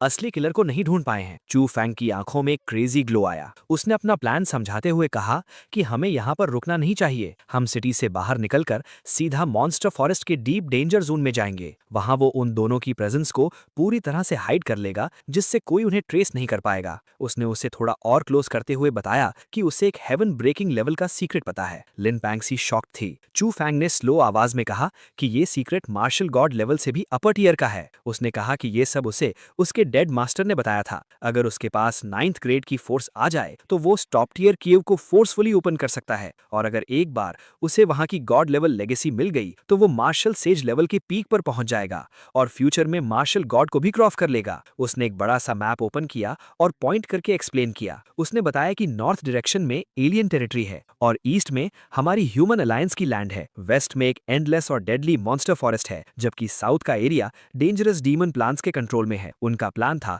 कि वो लोग पहले मॉन्स्टर फॉरेस्ट से प्योर लाइफ एसेंस को स्टील करेंगे। उस लाइफ एसेंस को कंज्यूम करके वो दोनों आसानी से 8th ग्रेड में ब्रेक थ्रू कर लेंगे। एक बार पावर आने के बाद उनके पास इतनी स्ट्रेंथ आ जाएगी कि वो उस हिडन रूइन को सिक्योर कर सकें। चू फैंग ने उसके हाथ पकड़े और पूछा कि क्या वो उसके साथ इस खतरनाक सफर पर जाने के लिए रेडी है। लिन पैंगसी विदाउट थिंकिंग बोली कि हाँ, वो उसके लिए कुछ भी करेगी और उन्हें अब से वाइल्ड में ही सर्वाइव करना चाहिए। दोनों ने टाइम वेस्ट नहीं किया और तुरंत अपने मिशन पर निकल गए। मैं अपनी पोजीशन से उन दोनों स्टूपिड लोगों को दूर जाते हुए देख रहा था। मेरी स्क्रिप्ट का एंड गेम अभी बस स्टार्ट ही हुआ था। कुछ घंटों बाद मेरे मेन सबऑर्डिनेट ने आकर मुझे इंटरप्ट किया और बोला कि यंग मास्टर, मेरे फादर यानी फैमिली हेड ने मुझे इमीडिएटली 5th सिटी में नेक्स्ट वॉर की स्ट्रैटेजी डिस्कस करने के लिए बुलाया है। हमारी आर्मी अब अर्थ वापस रिटर्न होने वाली थी और टारगेट था नेहॉन रीजन के ट्रेटर्स को खत्म करना। मैं बिना देर किए वहां से चला गया। मीटिंग रूम में एंटर होते ही मैंने देखा कि मेरे फादर सू लॉन्ग अपनी चेयर पर बैठे हैं और उनके ऑरा से एकदम प्योर और डोमिनेंट ह्यूमन एम्परर एनर्जी निकल रही है। उनका प्रेजेंस इतना हेवी था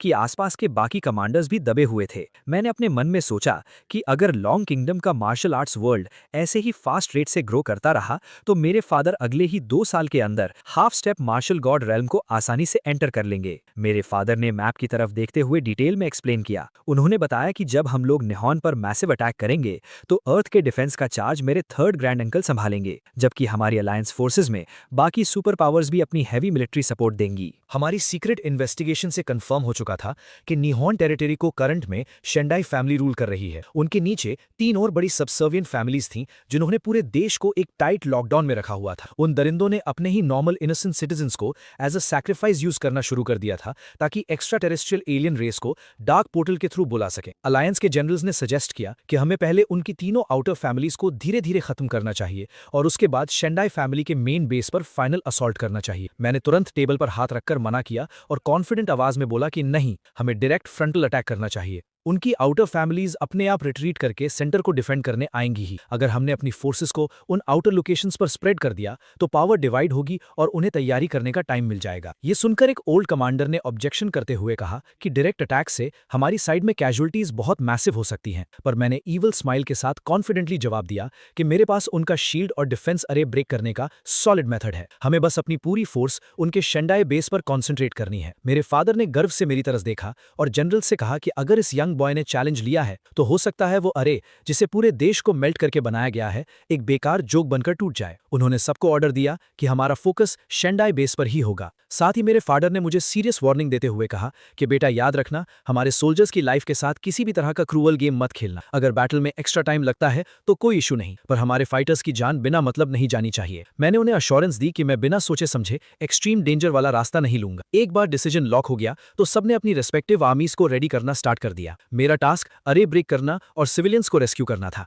मैं टेंट से खुशी से बाहर आया। बाहर आकर मैंने अपनी फौज की तरफ देखा और एक स्ट्रांग वॉइस में कमांड दी कि सारे ब्रेव सोल्जर्स मेरे साथ आगे बढ़ें। हम वापस अपने होम प्लैनेट पर जा रहे हैं उन ट्रेटर्स को मिटाने। बाद में मेरे 3rd ग्रैंड अंकल पोर्टल से बाहर आए और कहा कि पैरों के नीचे हमारी मदरलैंड है और ठीक सामने वो धोखेबाज शेंडाई फैमिली है जिसने हमारी रेस को बेच दिया। आज से सू फैमिली उनसे हर एक खून के कतरे का हिसाब लेगी। दूसरी तरफ हमारे हेडक्वार्टर्स में सारी प्रेपरेशंस चेक हो रही थी। कमांडर रिपोर्ट कर रहा था कि हमारी military dare A to Z ready है और बस 3 दिन के अंदर हमारे मेगा एयरक्राफ्ट कैरियर्स निहॉन के सी स्पेस में पहुंच जाएंगे। माओक्शियोंग के कमांडर ने भी अपडेट दिया कि उनका जायंट कुज़नेत्सव कैरियर फुली रिपेयर्ड और बैटल रेडी है और वो भी एनी टाइम लॉन्च हो सकता है। दोनों massive fleets completely synchronise timing पर एनिमी कोस्ट पर स्ट्राइक करेंगी। एक ऑफिसर ने सजेस्ट किया कि क्या हमें अपना अल्टीमेट वेपन फायर करके एक अर्ली वार्निंग शॉट देना चाहिए, लेकिन एक वेटरन ने फोर्स से मना कर दिया। इधर मैं वॉर जोन जाने के लिए डॉक की तरफ बढ़ रहा था कि अचानक ये किंग मेरे पीछे आकर खड़ा हो गया। मैंने उसकी शक्ल देखकर कैजुअली पूछा कि तुम यहाँ क्यों आ गए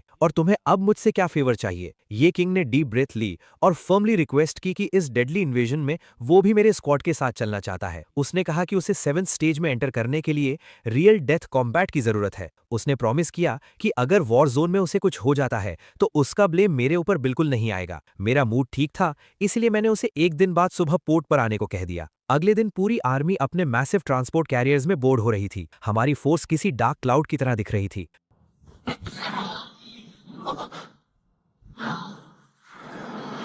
मैं और ये किंग मिलके एक साथ उड़ के वहां पहुंच गए। शिप पर मेरे 3rd ग्रैंड अंकल ने कंप्लेन करना शुरू कर दिया कि तुम इस वीक ये किंग को अपने साथ क्यों ना रहे हो। अगर इस ब्रूटल बैटल में इसे जरा सा भी स्क्रैच आ गया तो उसकी फैमिली वाले हमारा दिमाग खा जाएंगे और डैमेज कंट्रोल के नाम पर कई मिलियन स्पिरिट स्टोन्स मांगेंगे। मैंने हंसते हुए आगे देखा और बोला कि अगर ऐसी माइनर फाइट में वो लोग खुद को बचा नहीं सकते तो किस मुंह से खुद को टॉप टियर जीनियस कहते हैं। ग्रैंड अंकल ने फाइनली गिव अप कर दिया और साय करते हुए बोला, ठीक है जो करना है करो, बट अलर्ट रहना। इसके बाद मैंने ये किंग और घूरते हुए वार्न किया कि अपना कल्टीवेशन शार्प रखना, क्योंकि डेस्टिनेशन आने में बस 2 दिन और 1 रात बाकी है। आखिरकार लंबे ओशन सफर के बाद हम उस डैम्ड नीहॉन टेरिटरी पर फिजिकली पहुंच गए, पर सामने का व्यू किसी जिंदा नर्क जैसा था। ऐसी लैंड जहां लाइफ होनी चाहिए थी बिल्कुल डेड और एम्प्टी थी। ब्लड एनर्जी हवा में एकदम थिन थी। इतनी बड़ी मेट्रोपोलिस सिटी में 500,000 लोगों को उन डेविल्स ने बिना रहम के कंप्लीट सैक्रिफाइस कर दिया था, जिससे हवा में एशेज उड़ रहे थे। कमांडर ने आकर अपडेट दिया कि एरे अभी टूटा नहीं है और इसके अंदर अटैक करना सुसाइड जैसा होगा। मेरे 3rd ग्रैंड अंकल ने मेरे पास आकर मुझे एडवाइस दी